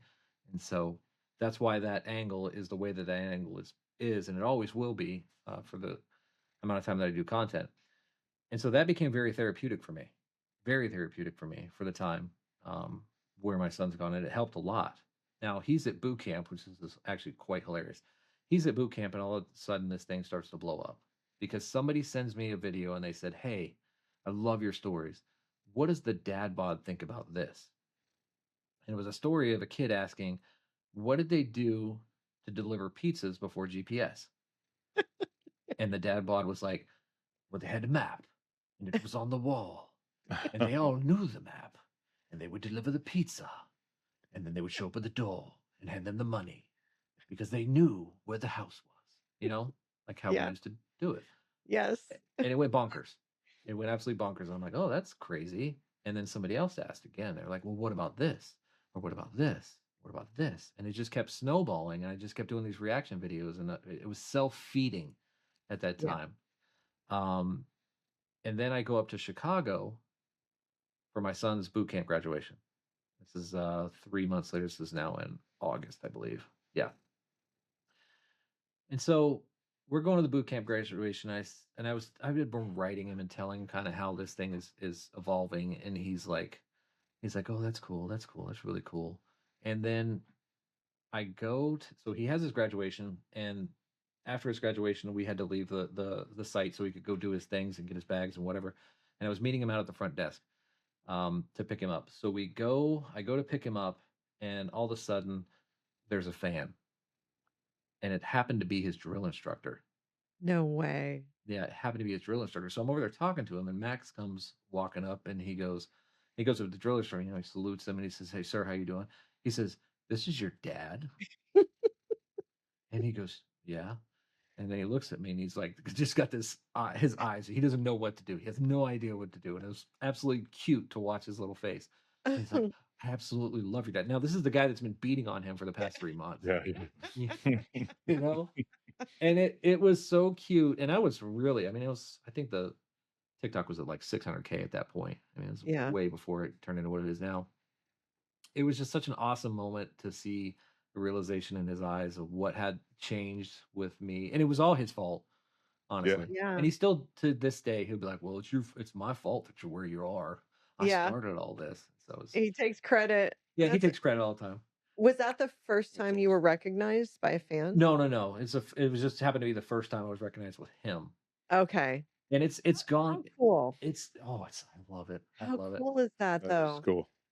I love it. And it's kind of great because even now, like, he's in Guam right now, and Mm. his first class, his boss is a fan of mine, and she'll take pictures of him and she'll DM them to me. And she'll be like, "Look what he's doing now." I said, "Well, go do this to him," and she'll go do it just to razz him a little bit, just to let him know, you might have caused this to happen, but I have the control. Yeah. Yeah. Here's the repercussions. Yeah, yeah. That's amazing though, and I think that's what a cool opportunity and experience for a Gen Xer whose life has shifted now, right? You're pretty midlife at that point.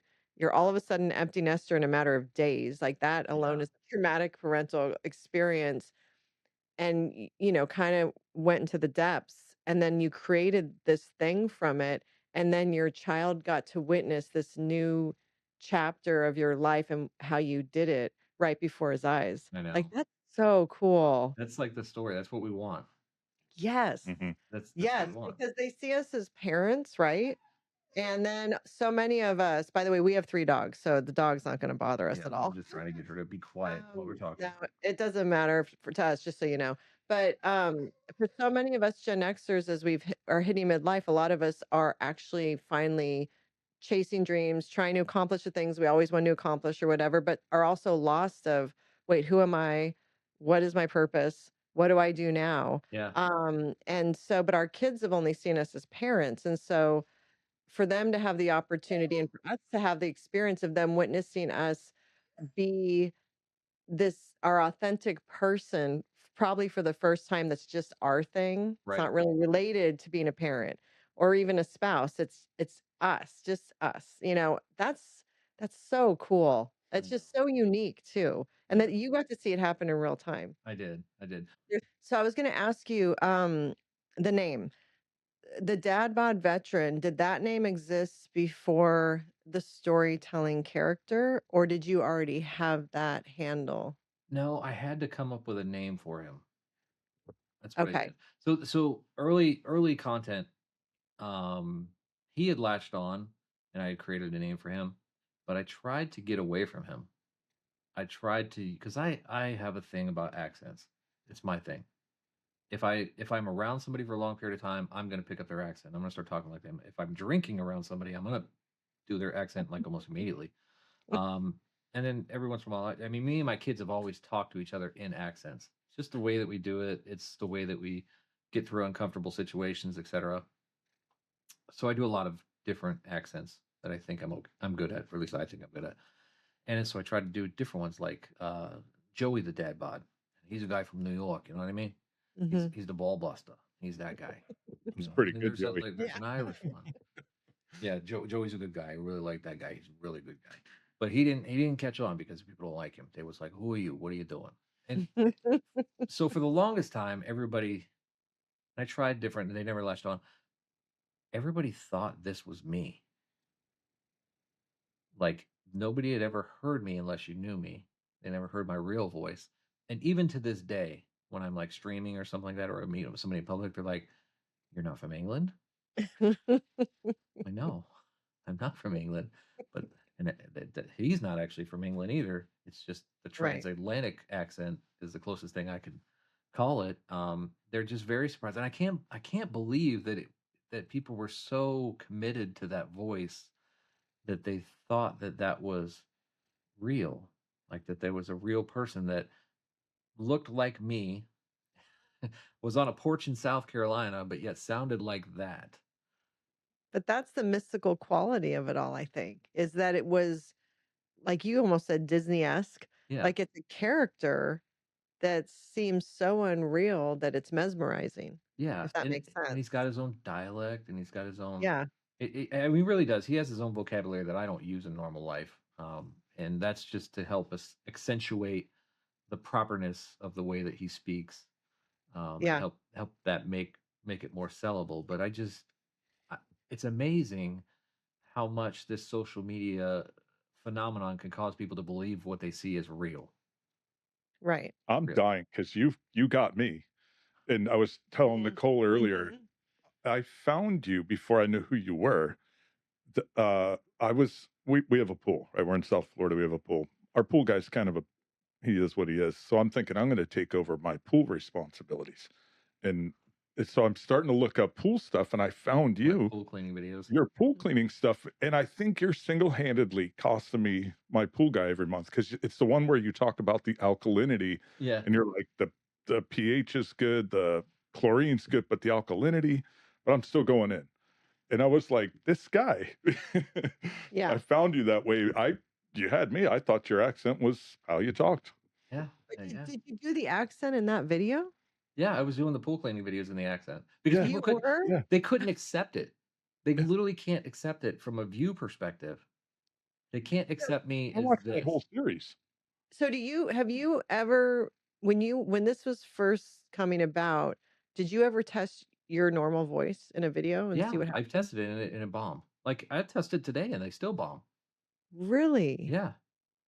That is so do you think that's the algorithm though? I Or think do you maybe it's the algorithm, maybe it's just the people, like, they just can't. Mm, The best time that people find out is when I'm streaming and playing video games. I do it on Twitch, and then, they're like, "What? That's what? Who where's the voice?"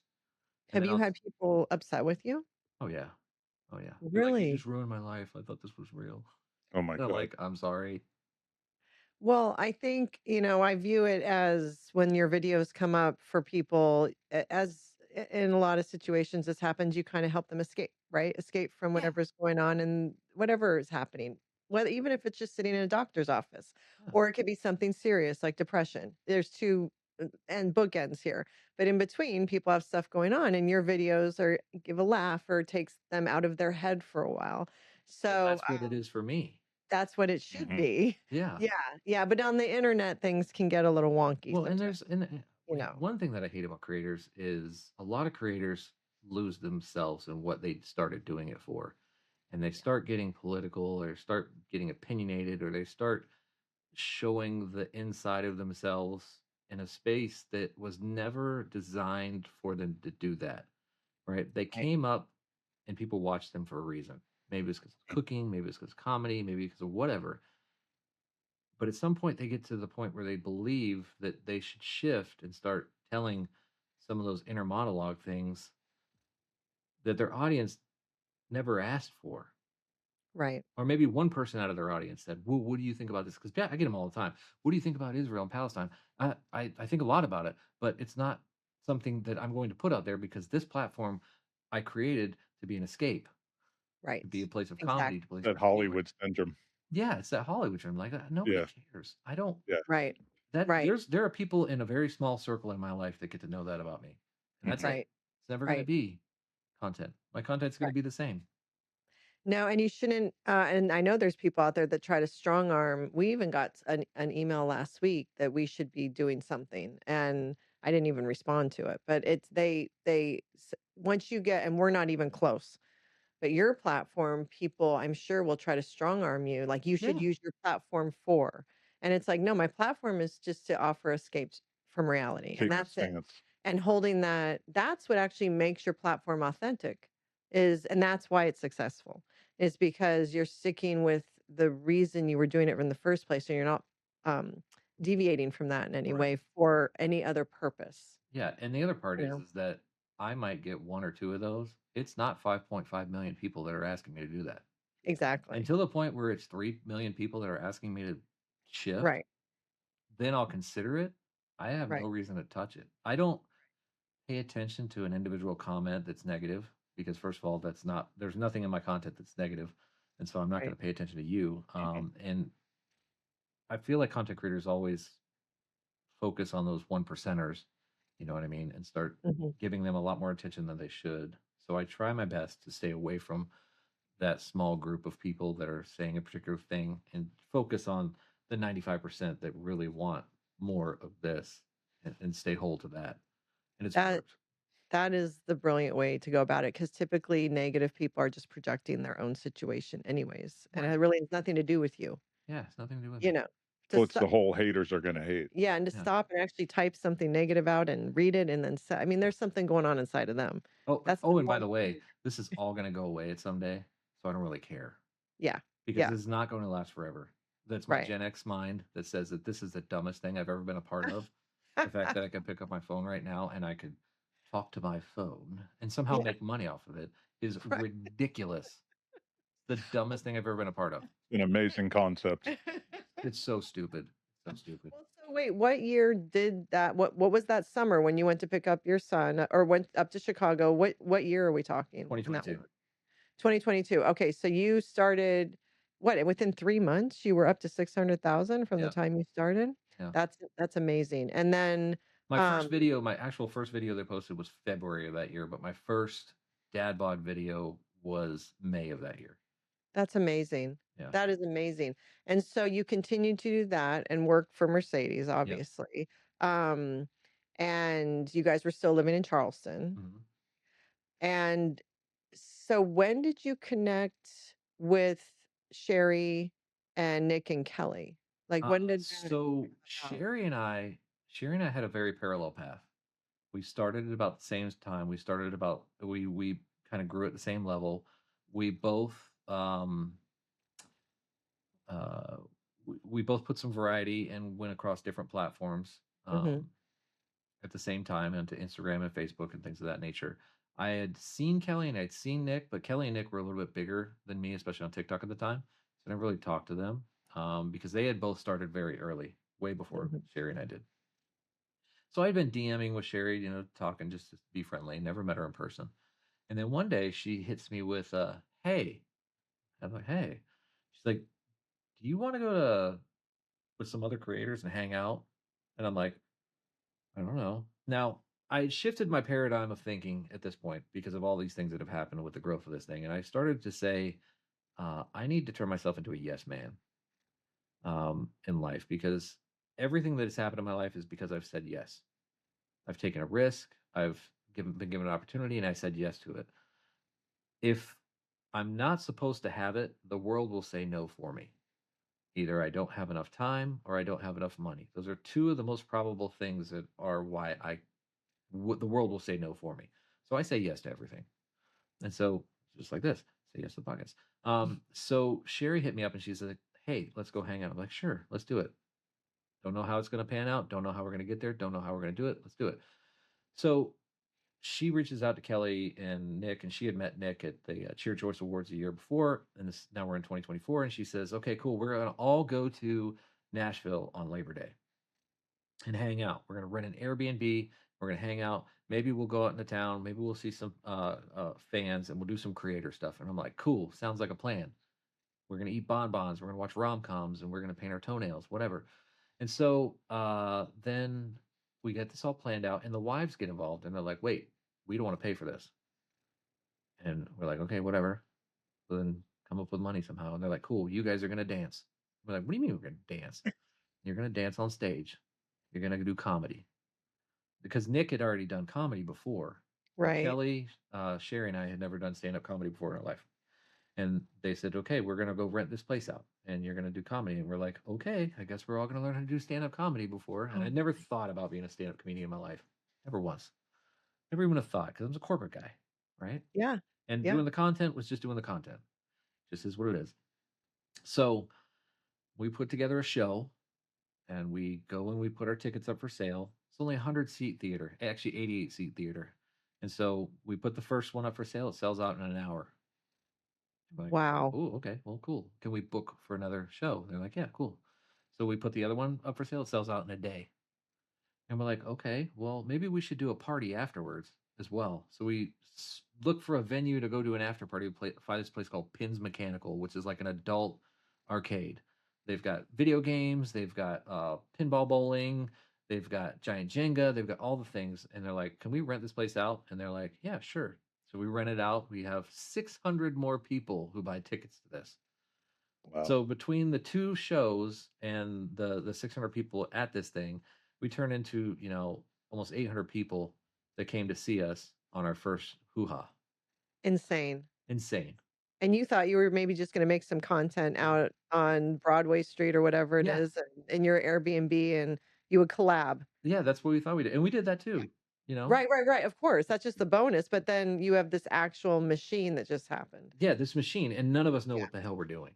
We have yeah. no tour I manager, we have no anything. It's just us and our wives. Who got the venue? Elisa, Is Nick's wife. that Nick's wife. Nick's Nick's wife? Nick's wife. Nick's wife Yeah. got the venue. Yeah. And So, then was it Krista, Sherri's wife, helped with kind of the right. coordination and Airbnb and all that stuff. Did the 2 of them come up with the idea I that you think guys so. Yeah. Yeah. There was a two because Julie was like, "I don't care. You do your thing. This is weird." yeah, Because that's she was always very apprehensive of this whole social media right. thing. Um, just her Air Force mind. Right. and so she was like very standoffish at the beginning.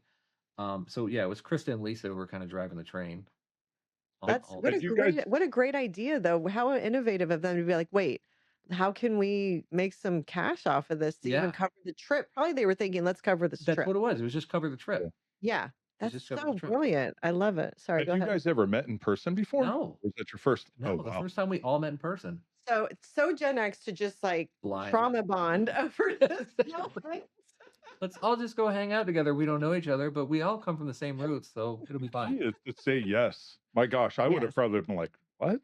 No, Oh, you no would have way." totally. Yeah, An he's. Airbnb with people I don't know and Yeah. there's no escape hatch? Well, Well, yeah, and yeah, it was really funny because a lot of things occurred at that show that have become the staples in our life for the Gen X takeover. So one of the biggest ones is my aunt lives up in Ohio, my mom's sister, and she was like, "Oh, I want to come see the show," and I'm like, "Cool, I'll give you some tickets, no big deal." So she comes down and she rents a hotel room, right? Because she's not going to stay in the Airbnb. Now we get this big old Airbnb with like a lot of rooms, and we have extra rooms, blah blah blah, whatever. So we're like, just come over to the Airbnb, hang out with us, meet everybody. So she comes over and she's Italian. And the first thing she does is she looks in the space and she goes, "Oh my God, there's like pizza boxes and paper plates and everything." And she starts cleaning and then she goes to the grocery store and she starts putting stuff in the fridge. And we all start to notice this. And during the show, she's kind of hanging out in the background with Julie because her and Julie know each other. And Nick brings her up on stage and says, "I just want to give a huge thank you to Joyce for everything that she did to be kind of our road mom." And she yeah. is now our road mom. Is she That's so really? cool. She's on the tour with us. That's She's in her amazing. 60s, she's retired, and she loves it. Oh, I'm That's sure. She awesome. absolutely loves it. Talk about purpose. Yeah, oh Like, my that's god, she's like like, yeah. over the Christmas holiday, she's like, "We need to go on the road. We need to go. I'm bored. I'm We need to go." sure. I'm sure. That's So awesome. she's getting a hold of venues, she's taking care of all the dietary needs, she's doing all that road mom stuff, and we pay her, and we take care of all her travel, but she's Yeah. part of the crew. It's amazing. But that also helps you guys stay healthy, Oh, yeah. stay on your, you guys are taken care of so that you can produce at Yeah, these yeah, shows. so that we can 'Cause do you the can't thing. do that if you're exhausted, not eating right, Mhm. dehydrated. Like that, all of that It matters, all matters. Like, she you knows know. that I want a vodka tonic or a Guinness as soon as I get off stage to kill my nerves, and I she's love it. ready there with it in her hand. And It's you know what? It's beautiful because it's someone you can completely trust and will oh, yeah. always have the best interests of Family. all of you. It's family. Yeah. That's gold. Yeah, and when we pay her, she's like, "Oh, this is too much. This is too much." I'm like, "No, it's not. For what you Yeah. do for us, if we had it Yeah. catered, you spend a whole lot more than that." Awesome. That is so awesome. Yeah. So he was there right from the She start. was there right from the start, and then so we got done with that one, and we have a phone call together. We're like, "Okay, that went really well." Now I will tell you that the pins mechanical thing was crazy. It Mm, was insane. So we did not know what we had in store, but basically the four of us, we were just going to walk around and, talk to people. We yeah, thought we were nobody. We still right. think we're nobody. And we thought that we could just meander and everything was going to be fine. Yeah. Reality was there were 600 people there that wanted a picture with every one of us. So what happened was four lines formed for each a line for each one of us, and Yeah. that's how it stayed for 3 hours. Was your security mind going crazy No, once you no, I realized? did bring security guys in. I did hire Oh, you security guys. I had did. already done that because I was like, no, no, no, no, no. I don't. Okay, good. That's not how this works. We're bringing security and we're paying for it. So I already had that planned out. Okay. Okay, good. I wondered about like, was this just a free for all or was there No, some it was not a free for all. organization? We had Okay. a plan. That's good. And but the security guys halfway through it actually the security guys didn't do this. The wives told the security guys to do this, but halfway through it, they told the security guys stop their lines. And they basically had taken the upstairs of this place, which was kind of a balcony, and secured it off. And we went up there and we were so emotionally drained from, hearing everybody's stories and all of this, which I love, Yeah. but it was Yeah, yeah, just yeah. so draining to have never experienced that before. Yeah. We collapsed on the floor. We were like crying, collapsed on the floor. It I'm was just sure. so much. So we took like a 15-minute break and then we stood on the balcony. We said some words to the whole crowd and got them all riled up. And then we went back down there and did it again for another hour and a half. That's Amazing. amazing. I mean, first of all, you guys are also lucky that Chris and Lisa are keeping in touch with the emotional needs of you guys to Yeah. be able to be like, they need a break. Yeah. And so that's like another asset that is like a handler, but a handler Yeah. that Yeah. loves This you is like a guys. handler. Yeah, that's key, and to give you that moment, but during that 15 minutes, did you guys just kind of all look at each other, like, speechless, like, "What's No, me and happening right Kelly were now?" literally crying on the floor. Yeah. It was just like emotionally overwhelming. She was like, "Oh, Yeah. what the fuck are we doing?" It's like, Yeah. "Oh my god, oh my god, what are we doing? I'm so overwhelmed." Well, and also, and it is a beautiful thing, but absorbing people's energy, Yes. even it's sometimes, especially when it's love And versus it was a hate, lot of it was a very emotional the energy of you love is saved me during this powerful. time and Yes. all those stories, and you're Wow. like, you're trying your best to like get You through wanna it. be present. Yeah. Like, when we met you and I met you, you're present. Like, there Yeah. I felt you were looking at me, you're putting that effort in to make that person feel like, "I see you." Oh, Well, that takes a lot of energy. but we don't deserve this. That's how I look Well, at it. We don't that's deserve okay. this. I'm not That's a Gen anybody. X. I'm a corporate guy. I'm going to be a corporate guy till the day that they put me in the ground. I don't deserve to do this. This is only going to last for a period of my life anyway. That might be a long period, but this is not how I started out. Right. And so I don't see myself as any different than the people that I talk to. It's a weird thing that I've had to wrap my mind around, and I try my best to put myself in the position of the other person instead of my position, because my position is I'm weirded out and I Mhm. don't know how to handle this, and I don't know why you're looking at me like this. Rather, I put myself in their position and say, okay, they have seen me every day of their life. I've become part of their life. I've become integrated, and they want to meet me and say thank you and tell me how much they appreciate me for what I do. Okay, that's easier for me to absorb Right. than to look at it through my eyes Right. because I don't deserve this kind of You've thing. created space for them to be able to express to you how much you mean to Correct. them. Because them Who meeting me isn't for me. Them meeting Right. me is for them. Right. You're serving them. Yeah. Yeah. And You they're the are. reason I exist as this. Right. Right. It's symbiotic. Yeah. So I owe them in my opinion. And I think I wish that every celebrity in the world would realize that is like you're not above anybody. You owe every person Right. that I think Right. that's what makes you guys special, though. You guys are completely humble. At the Fort Lauderdale event we went to, you guys are totally accessible, yeah. generous with your time. I think that's what separates you guys for 100%. I don't Yeah. think It's an interesting dynamic. It's cool. it's never going to change because social media is about that. We've created a relationship Mhm. through the stories and through what we say in our social media videos. That's how we are even engaged with each other. And so why would it be anything less than that? Now, it for us, it gets very crazy sometimes. I'm Um, sure. I will tell you on the cruise was even wilder. Like, I'm sure, because how did you hold any boundaries on the well, cruise? we brought security, but we only brought security for certain people in the group because certain people are higher risk. Obviously, Kelly and Sherri are higher risk. So Right. we had dedicated security for them.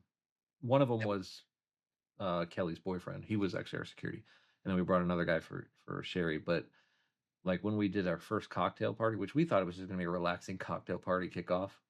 No, no, no. It was 800 people in a space that was meant for like 200, Mhm. and the same thing happened. The line started forming, and it wasn't a cocktail party for us. It was a photo op for Right. us.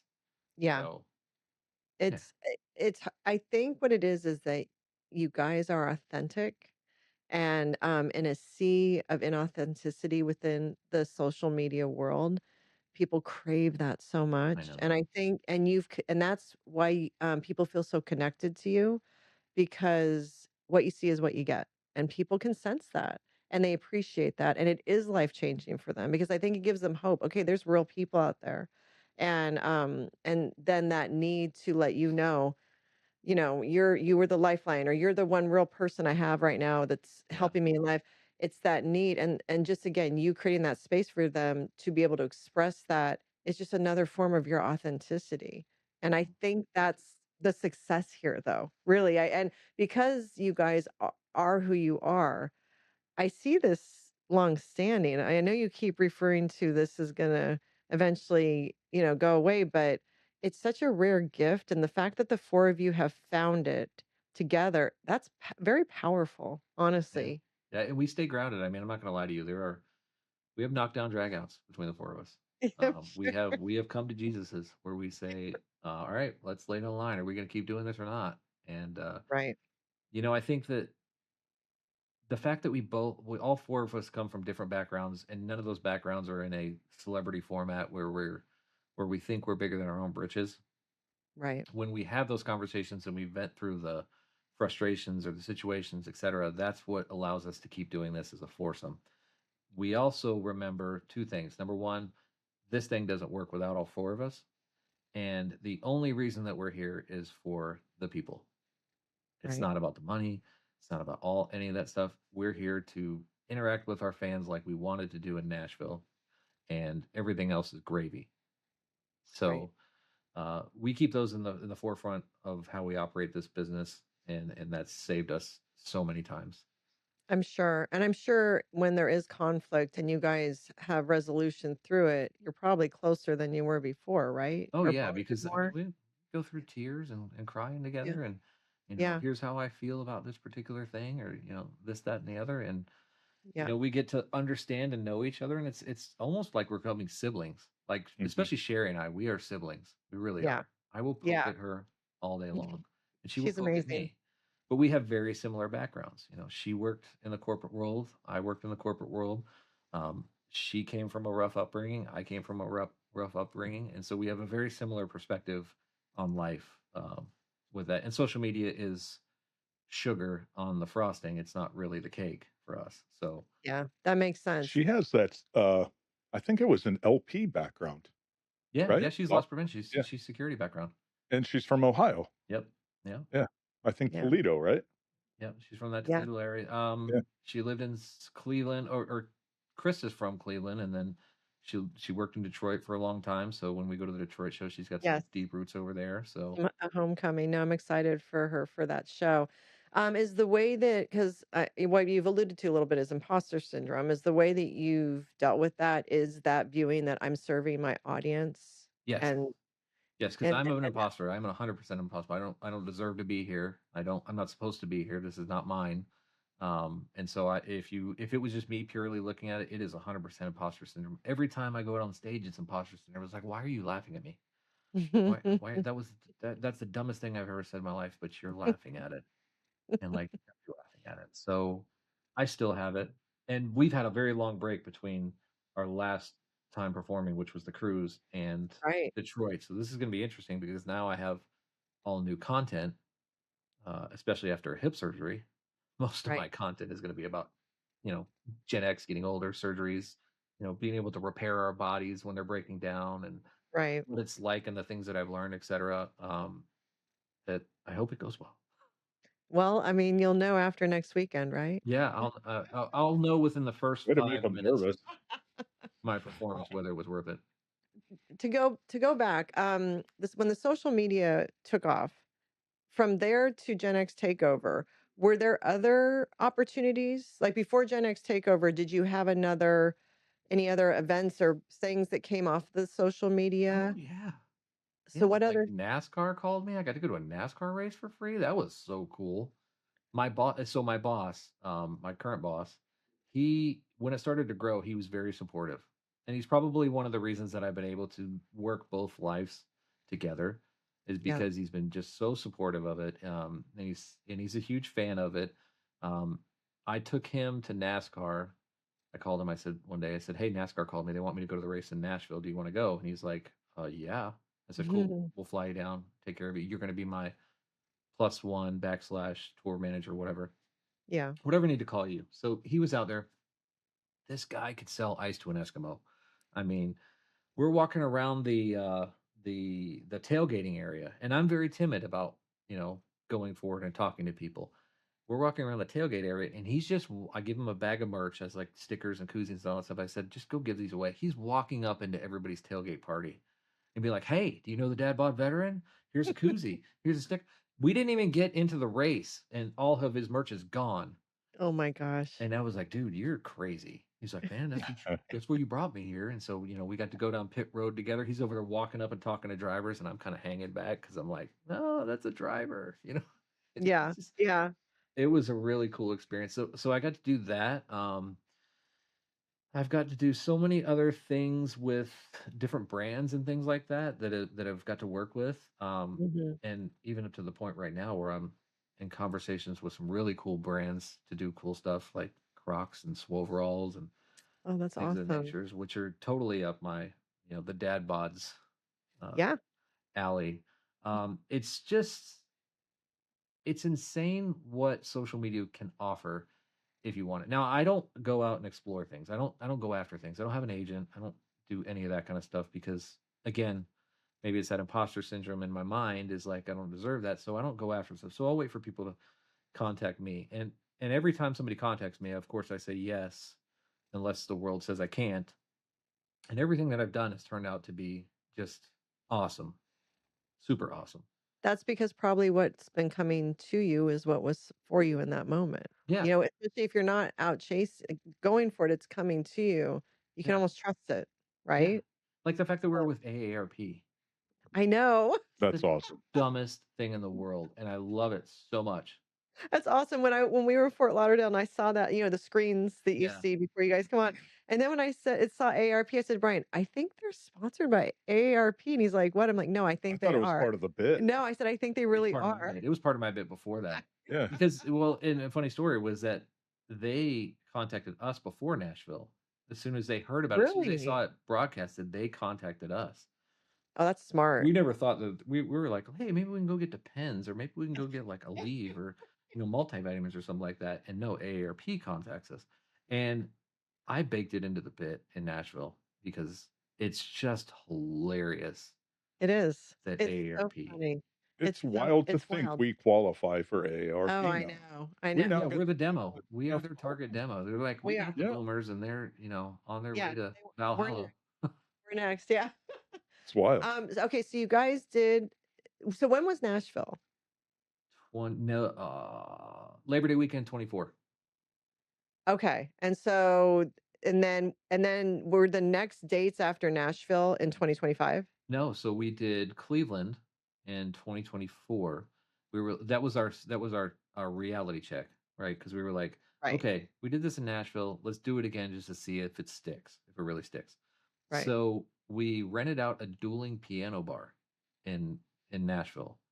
And this was probably the single coolest event, right? So we had the show, the comedy show, but then we had an after party in the dueling piano bar. And the show went off without a hitch, and that's where I kind of the set that I did in Nashville was completely different than the set that I did in Cleveland because I learned a lot. And that was the first time that I did the whole Atlanta story about me, taking up, doing what I did. Yes. Um, Yes. That was great. Oh, that was That hilarious. was he was dying. Yeah. it was a true story, very true story. The guy, I'm like, yeah, okay. Oh, I knew that was true. There was Yeah. no that was very you And could what just I didn't say was I did it in a Mercedes Benz. There Oh. you go. It was in my company car. Oh my God, that I makes it figured even that's not better. something I want to tell everybody. Yeah. So that was the first time I did that, and the dueling piano bar part of it, and plus that's my hometown. That's kind of close to my hometown, so I had a lot of Mm, family from Youngstown that had driven up for that. Um, that's cool. and we sold out. That was 350 seats, just one show, 350 seats sold out in like 2 days. And then we had an after party, which that was a banger of an after party because the dueling piano players were actually there playing with us, and we're up on the stage singing with them. It turned into almost like a giant karaoke event That's awesome. for us, and we had a blast. Um, so it was after Cleveland that we said, okay, I think we have something. Let's do another one, and then we're like, well, let's do Sherri's hometown, Atlanta, and we were struggling to find a venue in Atlanta. And so she had been reached out to by Justin Rupple, um, saying, "Hey, we want you to come up to Seattle to play at our club up here.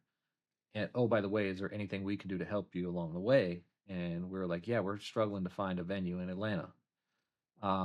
And so he said, "Hold on, let me reach out to my friend Ruben, who's been his business partner for a while, and say what can we do?" Now, Ruben, unbeknownst to us, is a highly connected person in the comedy world.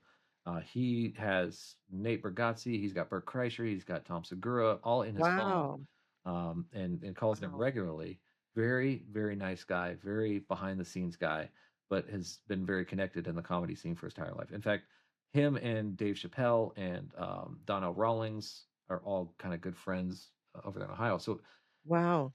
Ruben makes a call on behalf of us, doesn't know us from Adam, and gets us the Atlanta Comedy Theater. Now, I don't know anything about anything. I'm so naive to the whole world at this point. But the Atlanta Comedy Theater is a very, very historic theater where all the big kids have played. Matt Rife, all those people that I just mentioned. You go Yeah. into the Atlanta Comedy Theater, and there's paintings of them on the wall from when they played there. Wow. Huge, huge, very historic place. Now it's a dive. It's a dive of all comedy clubs. So we did 2 shows there at 350 people and sold both of them out. And that's when we were like, okay, we've got a thing. Now, this was the point that we met Justin and Ruben, and this was the first time that Justin had been our opener. Was in Atlanta? Was in Atlanta. Before So that, did it was just us. he kinda found you guys and reached out to He you? reached out to us for us to come to his Seattle club, but then helped us along with the Atlanta. Atlanta. Okay, so And was he his own comedian? yeah, he's been a comedian forever. Like Okay. Okay. he's been a comedian. And he's kind of coached and mentored each one of us individually to help us uh, deliver punchlines better, etc. He's been very Right. helpful on that. But in the background, there's Ruben. Ruben is Right. a freaking powerhouse. So the show itself went off excellent with all of their recommended changes and adjustments, etc. And again, they did this all for free, and we're like, hey, do you guys want to do this with us? You want to help us with this? And that's when it changed. Yeah. I mean, that's when it really changed Yeah. because with Ruben on board, he has the connections to get us venues and bigger venues, and with Justin on board to polish the show. Right. And then we brought Jojo, who wasn't in Lauderdale. Jojo is our musician for Right. the regular shows. He adds another flair to it. The 3 of them have helped us take this thing to a different level and make it So a real performance. what That's does cool. JoJo do? Does he play music, like, in between Yeah, sets? so he's Or on stage with his keyboard and all of his things and his guitars and everything. And when the show kicks off, and I don't want to give too much away, but when the show kicks off, he does music that Okay. he plays himself, and then he'll do sound cues throughout the show, and music cues throughout the show that we have baked into the big show. Okay. And then also at the very end, we have a sing along that we all do with the crowd, and he manages all of that for us. Um, Which we kind of did a sing-along we did at a the end. little, we did a little, little Little thing Bon of it. Jovi. Yeah, yeah, just a little bit. But we all do Yeah. individually. We do our own songs, and it's Oh, wow. yeah, we all See, have our this own. is why I want you guys to come back to South Florida because I wanna go to a big show. Yeah, the big shows are a hoot. Yeah. Yeah, well, that's awesome. So then was 2025, kinda how it just kept getting bigger and Yeah, bigger and we bigger? went from Atlanta to New Orleans, and New Orleans is Nick's hometown. Mhm. So we did that one. That was a great show as well. It was also during Mardi Gras. Mm, That awesome. well, it wasn't that good. The weather was horrible, and everybody got sick off of food poisoning, or I don't know what. Everybody got sick. It was wild. Uh, It's a It was a wild crazy show. town, actually. But that was the second time with Justin, and then we went to Vegas for the Palms. We played the Palms, in our second. Actually, it how was our was first that? show was at the Palms in Vegas. Um, What was it like for you to perform in Vegas? it was weird. It's weird because it's again, this is like kind of imposter syndrome, and all of a sudden I'm at the Palms. Yeah. How am I doing this? Why am I doing this? Should I be Yeah. doing this? But we're there, and we got invited because of the Cheer Choice Awards. The Cheer Choice always has a comedy associated with it. But what happened was our show was better than the Cheer Choice Awards from a Really? production standpoint, from a flow standpoint, from an attendance standpoint. It was way better than Cheer Choice Awards, and so yeah, we kind of made a name for ourselves there. Yeah. And after that was the first big show, and that was St. Louis. So that's Kelly's hometown. Yeah. And that was 2,100 people, and it was a sellout banger. Wow. That's amazing. That Yeah. is cool. So in the time Wow. of less than a year, we go from an 80-person comedy club to a 2,100 sellout. How do you handle do you have stage fright? Oh, every day, I pray. I do a lot of You praying in the background. do you yeah, you rely on your faith? Yeah, yeah, I do a lot of praying. I'm like, please don't let me barf. Please don't let me pass out. Yeah. Please don't let me. I'm not a good public speaker. I really am not. So Uh, do you kinda just go into a zone and I just do. kinda I yeah. so my method is I write a script I have a little karaoke machine here at the house, and I will practice it in front of Julie. Julie will time me and critique me. She'll tell me that's over the line. That add this, delete that. You're too long. You're too, and we'll rehearse it, Mhm. right? I'm never going to be that guy that can do crowd work. I just can't. Yeah. There's too many other people watching. Now, if we're having an individual conversation, that's fine. I can do it all day long. But Right. with, you know, 2,000 more people staring at me, How yeah. was it your first show? You guys are down in Nashville, and it's like, did you even prepare? Like, how to? Because what you're doing now in front of the karaoke machine, figuring it out. What did you do that first time? I did a smaller version of that. I didn't practice in front of Okay. Julie, so I know that that was a huge mistake. Hindsight, but I did write a script and I did practice to myself, uh, but I didn't study, Mhm. if you will. So I don't watch. I hate this. I hate this part of it, but it's an essential part. When I watch comedians, I'm not just watching them for the punchlines anymore. I'm watching to see how they're doing it, the method of which they deliver the jokes. Where do they put their pauses? Not that I want their content, but how do they? What's their method around the way that they do it? And they all have different versions. Yeah. And I try to adapt pieces of everybody's method into mine. Um, which Ruben, who has been in the scene for many years, he said that's huge that you even acknowledge to watch that particular thing. But it sucks because I love watching stand up comedy, and now I'm studying stand up comedy instead of just watching it for the pure laugh. Mm. Um, Yeah. so I've molded myself through learning about how to be a better comedian because it's like anything, this is a job, right? I get paid to go up there and give a show, and I want to make sure I'm doing the best that I can because going all the way back to my military roots, that's what I'm supposed to do is try Right. to get better. Do you Yeah. do you study any of the like the classics, like a Bob Hope or a Don Rickles or a Eddie Murphy? Those guys at Any all? of them, Dice, Eddie Yeah, Murphy, Andrew Dice. Yeah, yeah, you name it. I study them, and then I study all the new greats. As they yeah, throw new stuff out. Uh, it's yeah. because It's it's an not. art. I don't want to be like anybody. I want Hmm. to be like me, but me is also a sum of all the things that I've been exposed to. Yeah. Yeah. Um, Yeah. and so Yeah. I'm a storyteller like Bert, but I Right. love how dry Tom Segura is when he delivers. But then I Right. love the way that Dice used to deliver his punchlines. Oh, Yeah, yeah. you know, Yes. and so be the best of all of those that you can be, and the show's going to be great. And honestly, I only have 20 minutes, so there's not much pressure. Yeah. There you go. I mean, you get through that. And has it changed how I mean, you just kind of said that. So when you're watching stand-up comedy now, it's probably not relaxing for you. It's It's still homework. I try to still relax. I try not to get too much into the how did they make that movie kind of philosophy. Mhm. I try to Mhm. pay attention, but Mhm. it's hard. So I still I'm do sure. enjoy it. I just don't enjoy it the way I used to. Right. That makes sense. Is it an outlet for you at all? Like musicians, I think performing is an outlet. Oh, it's a It- high. It's a high, yeah. It's a So, high. As much as I say that it's stressful, as mhm. soon as that first one lands, your juice is going, and you're Yeah, like, yeah, okay, cool.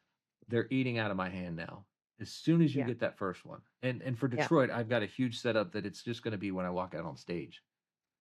That's when Yeah. I'm going to start. They're going to start eating out of my hand. As soon as I walk on stage, the first thing I say, I'm not going to give it away. Yeah. They're going to be eating out of my hand. That's the plan. And from there, it's just going to go. I can't wait for your guys' Netflix special because I'm manifesting that. Yeah, that's so cool. I'm manifesting it because I want to see it. I I agree. want, like, I can't see Detroit, but I want to see, and I'm hoping we will see a big show in South Florida, but I can't wait until your show becomes available to the world, I would love honestly. it. I would love it. Yeah. I Oh, mean, I'm manifest it for manifesting. me. I'm manifesting it. I'm Okay. saying yes. Yes, say yes. So you guys finish the cruise, and then somewhere along the line, you're having hip surgery. What happened there? Well, the hip surgery's been planned. I Okay, mean, so throughout this whole time. what happened? How did, I've just like, gotta, I'm a big horse, and big dogs get hip dysplasia and all that stuff. We've got arthritic hips on both sides. This one okay, just happens to be the worst one, the more painful one. I go in to get a hip replacement, and the doctor says you're too young and your bones are too good, and that you're not a good candidate for it. And I'm like, oh, that sucks. What am I supposed to do? Just walk around in pain? So yeah, then there's a specialist in Columbia, South Carolina. and he specializes in what's called hip resurfacing. And it's a different technique. So instead of cutting the femur off and shoving a new hip, joint in there, he takes the existing hip and he grinds down the ball, and he grinds down the hip, and he puts a new cap on your hip, your femur, just the femur ball, and then Yeah. he puts a new receiver in your hip. Wow. A much more painful process. That sounds so painful. I'm here cringing. The recovery process is much worse, Mm. but the ability to be more natural in the long run is there. So think about Bo Jackson. Remember when Bo Jackson had his hip replacement? Yeah. He couldn't play after that. He sucked. Yeah. He couldn't even run to first base because he Yeah. had a hip replacement. But a hip resurfacing, the way that I found out about it was I was doing a charity softball game in Charleston with the River Dogs, and with some MLB players, and one of the players was a local guy. He's in his 30s, and he had already had hip resurfacing, but he was running bases. Wow. And he's Because like, does it allow you to keep the same mobility? Is yeah, it's that the what it same is? mobility and everything, because Okay. all you've done is you've just basically put a new surface on the tip of your femur and a new thing in your receiver of your Kind of hip. like an oil change. Yeah, yeah. It's like a CV joint replacement, Yeah, yeah. right? So Are you recovered yet, or are you still in the recovery I'm still in phase? the recovery. So the recovery is much longer for a hip resurfacing. Yeah. It's a whole year process. And I'm at, Wow. month 2 right now. When was your surgery was December December? 3rd. That's what I thought. Yeah. Okay. And so how long were you in the hospital? Well, believe it or not, it was everything is outpatient now. Yeah, Really? they send you home, right? Yeah, Wow. it's about an hour and a half surgery. Now, I will say that the other part that makes it worse is that the surgical incision is on your butt, not on the front. Interesting. So you Be- can't sit. Yeah, so they cut through all the muscle. Ooh, Versus man. a hip replacement, they just basically come in through the front, the side front, Yeah. and they avoid all the muscle. So it's So much how worse in every facet. Oh, But that's but you've been sitting for a yeah, few I'm couple sitting in a hours. very particular way. Okay. Okay. Yeah. So there's some magic going There's on some there. magic going on behind me, Yeah. and that's why I keep kind of adjusting. and you're using a cane, right? Yeah, I'm on the cane. I just switched over to the cane last week. Okay, I thought I I was saw you crutches the put whole up time. something about that. So when you go what should I not give anything? I was thinking when No, you're on the road, are you using the cane? yeah, I'll be on the Okay, cane. I'll tell you I'm going to okay. be on the cane. I'm not I telling didn't you know if that which was cane part of I'm going to be on. okay, okay, okay. It's got to add Okay, to the okay. bit. No, It's in the right, bit. Listen, the whole right. bit is pretty much nothing but all this and the Yeah. comedy that goes with like Awesome. like when you have hip surgery, you don't realize how much you need other people Yeah. Mm. for very particular, very personal parts of Mm. life.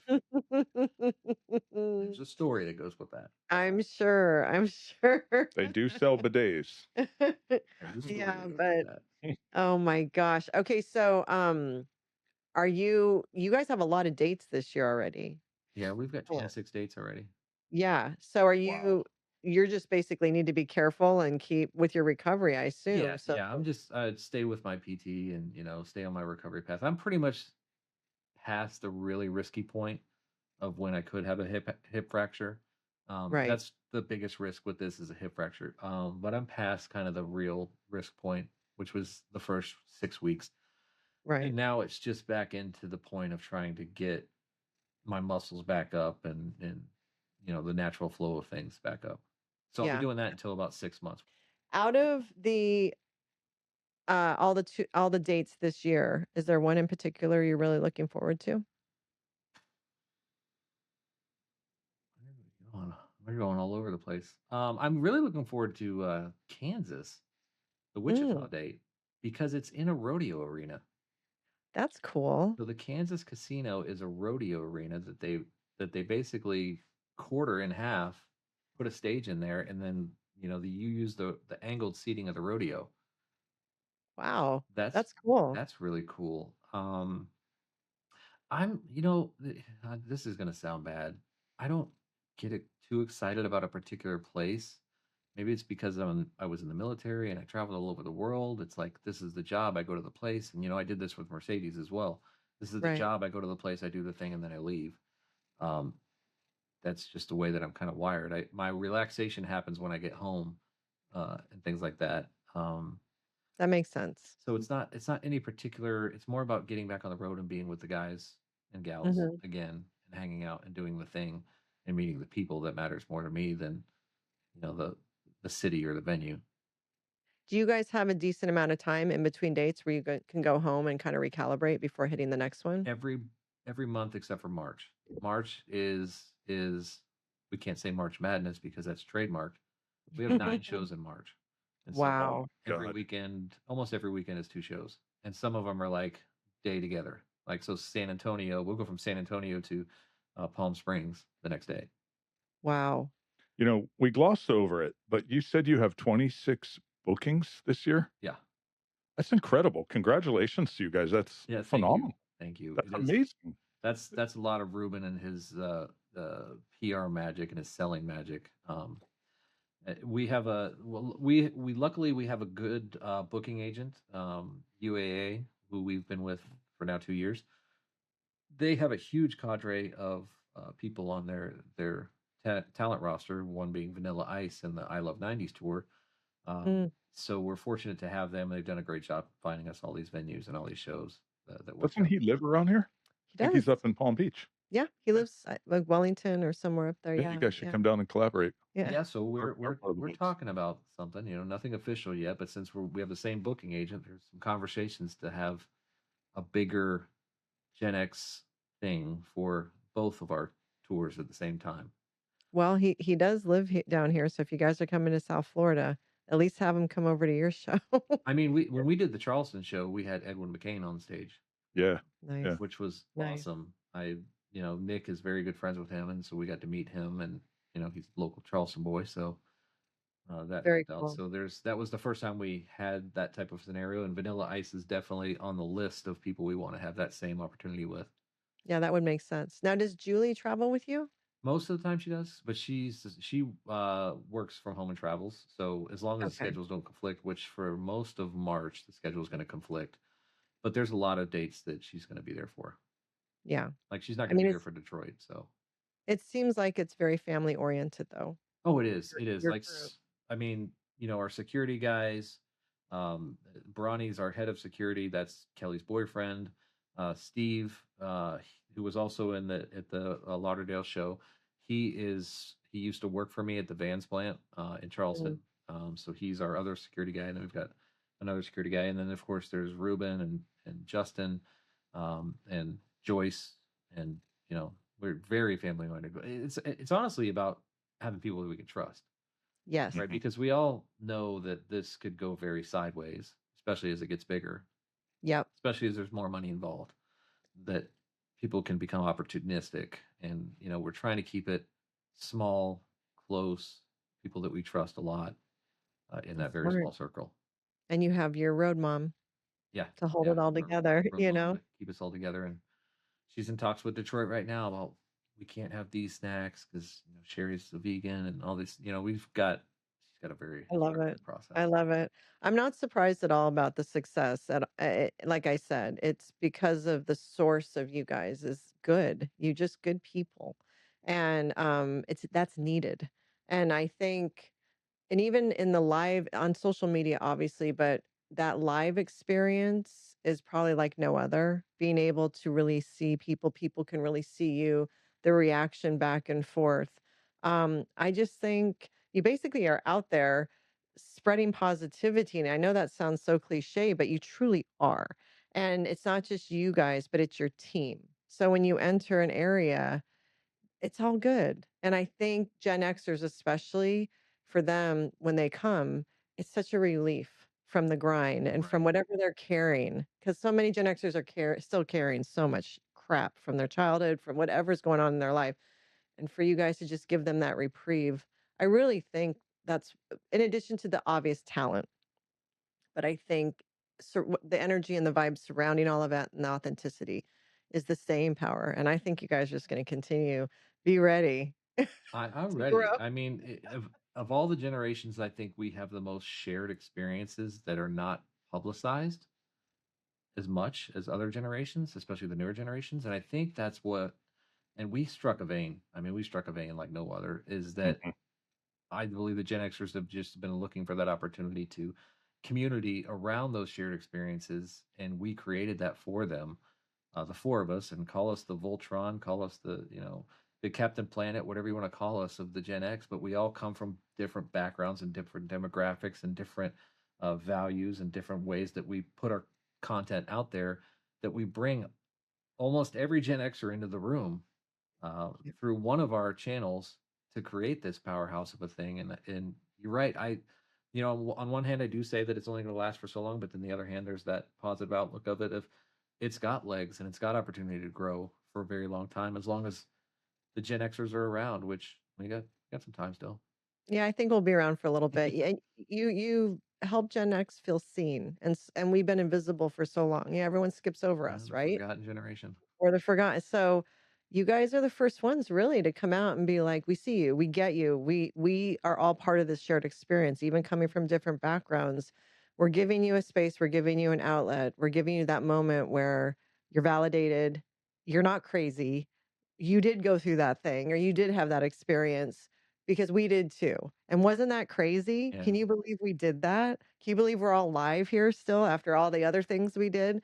So again, I think you guys are the first to really give that to Gen X. So you're just at the start of this, I think. Well, our goal is to no longer be the forgotten generation, but to be the generation that no one's going to forget. That's right. So I love that. that's what You we're going to guys, do. you're such an inspiration, honestly. I know you have this imposter syndrome that you're, and I get it, that you fight and all that, but you truly are an inspiration, and you're an inspiration to other Gen Xers to, because we just started this a year and 5 months ago. We're new to what we're doing.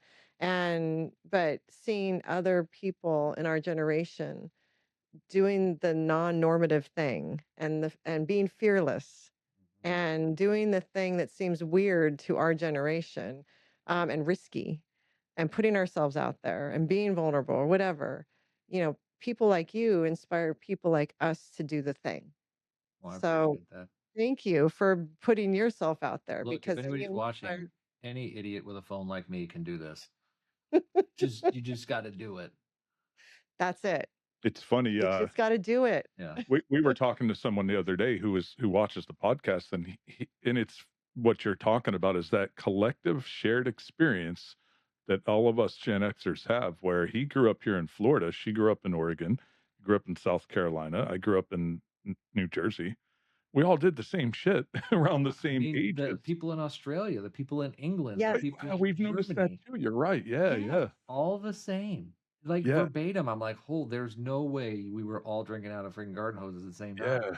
But yes, we But we were. were. I All of forgot us. about the global Yeah, the perspective of the global. youth. We That see was the that. big aha moment. It wasn't the United States. It's when somebody from the Yeah. UK came in and chimed like that, or somebody from Australia did that. And I'm like, what? And they're like, Yeah. yeah, seriously, Mike. That's exactly how it was. Well, you know There's that accent. what's really what's really cool is you guys can use your platform to travel the world and go to Australia and see people freak out just like they do here, That's the and go to plan. the UK and Europe. That's the Yeah. plan. And that'll Yeah, be a that's cool. different experience for you traveling the world than when you were with the military. It'll be a totally different It'll be totally experience. different. Totally Yeah. Yeah. Yeah. Before I ask my last question, do you have any other questions? She always does this to me. I'm not prepared right now. I was so into the conversation. Um, I don't think so. You know Man, what? I really appreciate you spending so much time it's with us, and I find your story really fascinating. I can relate to a lot of the things you were talking about. I grew up playing football and all of, just the same generational stuff. You're a corporate guy. And I'm a corporate guy, and I get it. He's a corporate guy doing a non-normative thing. So yeah, and I know that's uncomfortable, especially if you're used to following The structure. a script. Yes, I get exactly. the imposter syndrome to it, right? It's like, who wants to hear me talk? And I take that more into my professional life. It's like, okay, I don't really want to give a speech or something because who the hell wants to listen to me? I'm just one opinion. Yeah, if anything, I'm talking from my position at work, not from my personal Yeah, yeah, Yeah. situation. yeah, Like my position and my title are what's talking, not yeah, Yes. me. Yes. totally. Exactly. You know what? I just thought about it, and if you've got 5 or 10 minutes, I want to tell this story because Yes, please. probably the most interesting thing that has happened to me with this social media thing was we were so Julie used to work for Boeing as well. and she was over in the UK doing a safety audit. That's what she was. She was a safety auditor. And so I decided to trail with her because I had time off, and I flew out to the UK. This was back in 24. And the social media thing had kind of taken off at that point, and we went to London, and then got an email from a person in Edinburgh, and this guy said, "Hey, do you want to go to a Scotch tasting?" And I didn't know anything about Scotch. Never really tried Scotch in my life. I don't know if you have as well, Oh, but yeah. I love Scotch. yeah. Yeah. So I knew nothing about Scotch, and I've never been a really big bourbon guy either. I've always kind of been a tequila vodka guy. And so in the yes mode, we say yes. Don't know who this guy is. Don't know the situation. Don't know whatever. So we go from London. We take the train to Edinburgh. We're going to spend a day in Edinburgh, and we're spend 2 days in Edinburgh, and we're also going to do this thing and have this whiskey tasting. Now we don't know where it is. We only know that we have a cabbie and that this guy is supposed to meet us. His name is Mike. So we had become friends with this cabbie. He was a really cool guy. His name is Jamesy, and a very thick Scottish accent. I'm not even going to try it because I'm going to butcher it. And he kind of becomes a friend of ours, and he doesn't know anything about me social media wise, which was great. And we said, "Okay, Jamesy, we're going to this spot. I need you to take us there, but we don't know what's going on here, so I need you to come back at exactly this time and pick us up, no matter what." And he was like, "Gotcha." So he drives us up there, and he's like, "This is like where the big guys. This is the billionaires row. This is the big part of town." And I'm like, "Oh, okay, cool." So we get to the spot, and Mike calls me, and he says, "Hey, I'm not going to make it. My girlfriend got pulled over in my Maserati, and she didn't have her driver's license on me. So the law around here is the car got impounded." Oh, So this whole man. story is he had to stay where he was. He wasn't going to make it.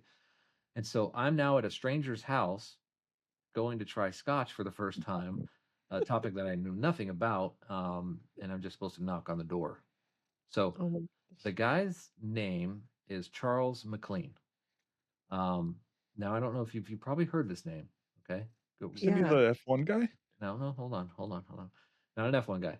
So I go up and I knock on the door, and Charles is this older Scottish guy, very Scottish guy, very proper, very, he's got his wispy mustache that's curled over, and he's in a loft, and he's got beautiful library of books, and he walks us into this room, and Charles MacLean is one of two guys in Scotland who is a whiskey profiler.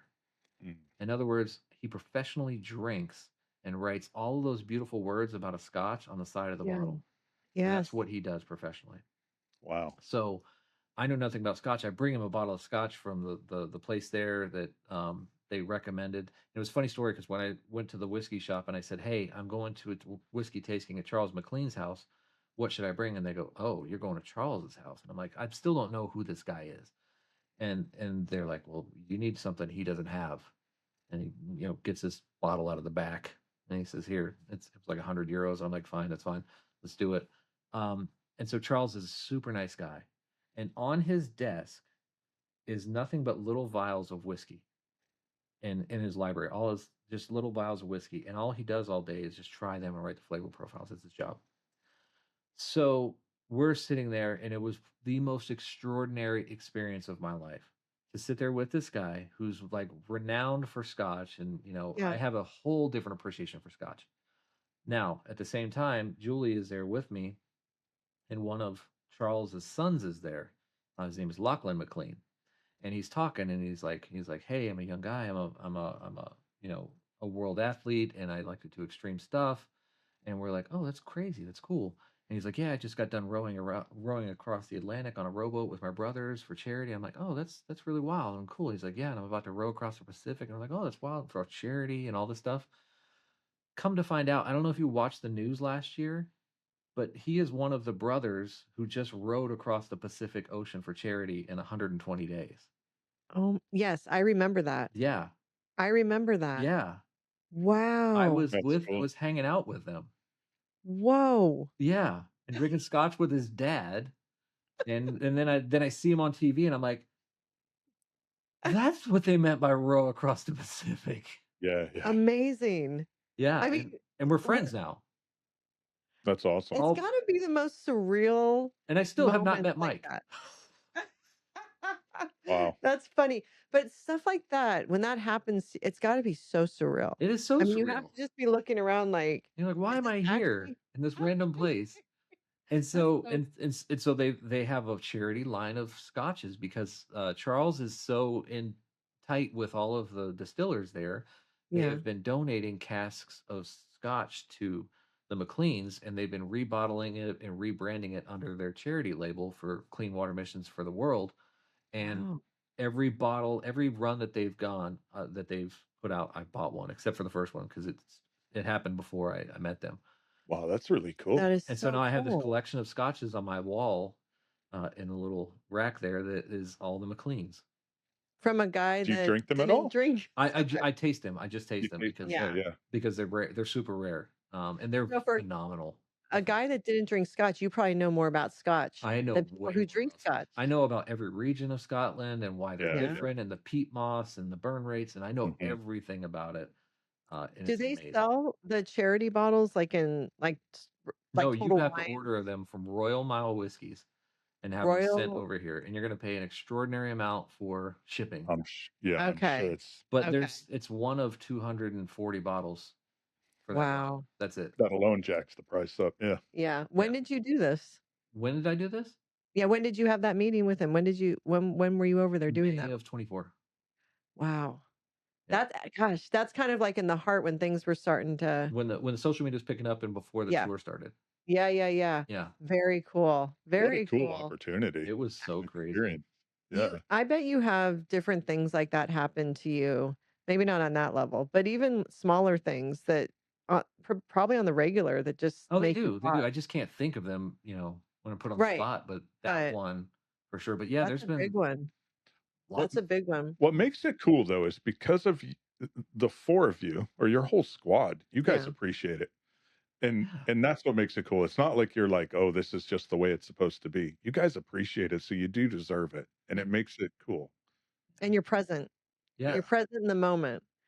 Yeah. And that's also key is you can actually you know what's going on and are appreciative while it's happening and are aware you're almost representing all of us Gen Xers because we would all think this is so cool. Yeah. And so you're appreciating it for us, instead of thinking, oh, and trying to be better because you think that's what the experience requires, but you're still being authentic and real like any of us would be too, you know. So do you Mm. get recognized a lot when you're out and about? All the time. Yeah. And and, Does lu- that and luckily Berryville, where I live now, is so small that it hasn't happened very often yet, but it's starting. Like I was getting some trees taken out before this picture. My place was wild with trees, and they just got done this week. But one of the guys who was clearing the trees out, he recognized me. And so the guy at the dump recognized me, and a How couple other funny. people. So it's going to start spreading that who I am and where I Yeah. am. So it's kind of like Julie was always like, "Don't tell them where we live." Like, don't Well, tell how well, tall are you? You're a well, tall guy. 6'3". Yeah, okay. I mean, I get what she's saying, Yeah. and you're in the security world, so Oh, and ev trust me, you're not gonna get to my house without being noticed. I promise. yeah. I think you're at that level. I mean, anyone we have cameras, so most people are aware, but I think you guys are at that level where you gotta keep an eye out because there's always that one random People are yeah, crazy. Yeah, there are yeah, some crazy people. I like to Yeah. give everybody the benefit of the doubt, but always trust but verify. you have to be careful. Yeah. Okay, so can I ask my last question? Yeah, no, I'm good. Okay. I'm good. So my last question is always, where do you see yourself in 5 years? Not dead. Well, that's good. That's where we're gonna start, right? Yeah, If we can accomplish that mission, then we're good to go. yeah. I want to see myself as a grandpa in 5 years. Mhm, That's what mhm. matters the most. Um, Yeah. will the tour keep going in 5 years? I hope so. Um, I hope that it does. I hope that it's got that much legs. I don't have any particular dreams or visions that I want to achieve or aspire other than being able to continue to do fun stuff in my life that I enjoy, um, and share that with awesome people. What that looks like, I don't know. Because the way that this social media thing is going and the way that the tour is going and the opportunities that are coming that I can see and that are materializing, I have no idea what's next. And I don't want to, honestly. I used to be a 5-year plan guy. I have to have a 5-year plan. And even if that 5-year plan is never achieved, I always have that 5-year vision of what's next. I don't have that anymore. I see opportunities, I go after opportunities, and it shifts the timeline completely 180 from what it was going on, and that's okay. Like this whole move to Arkansas was not a foretold conclusion. It was a let's my corporate career was coming to an end, and it wasn't my choice, but we are coming to that point, and uh, we have to adjust. So there was an opportunity to come here and be mortgage free, and we took that opportunity, and who knows where that's going to lead to. It's my five You're year vision. you're along for the ride. I'm Yeah. just along for the ride because honestly, I'm on extra innings anyway. I'm past where my dad got, so Mm, um, everything right here is bonus rounds. I just want to make it to that point where I get to see my grandkids.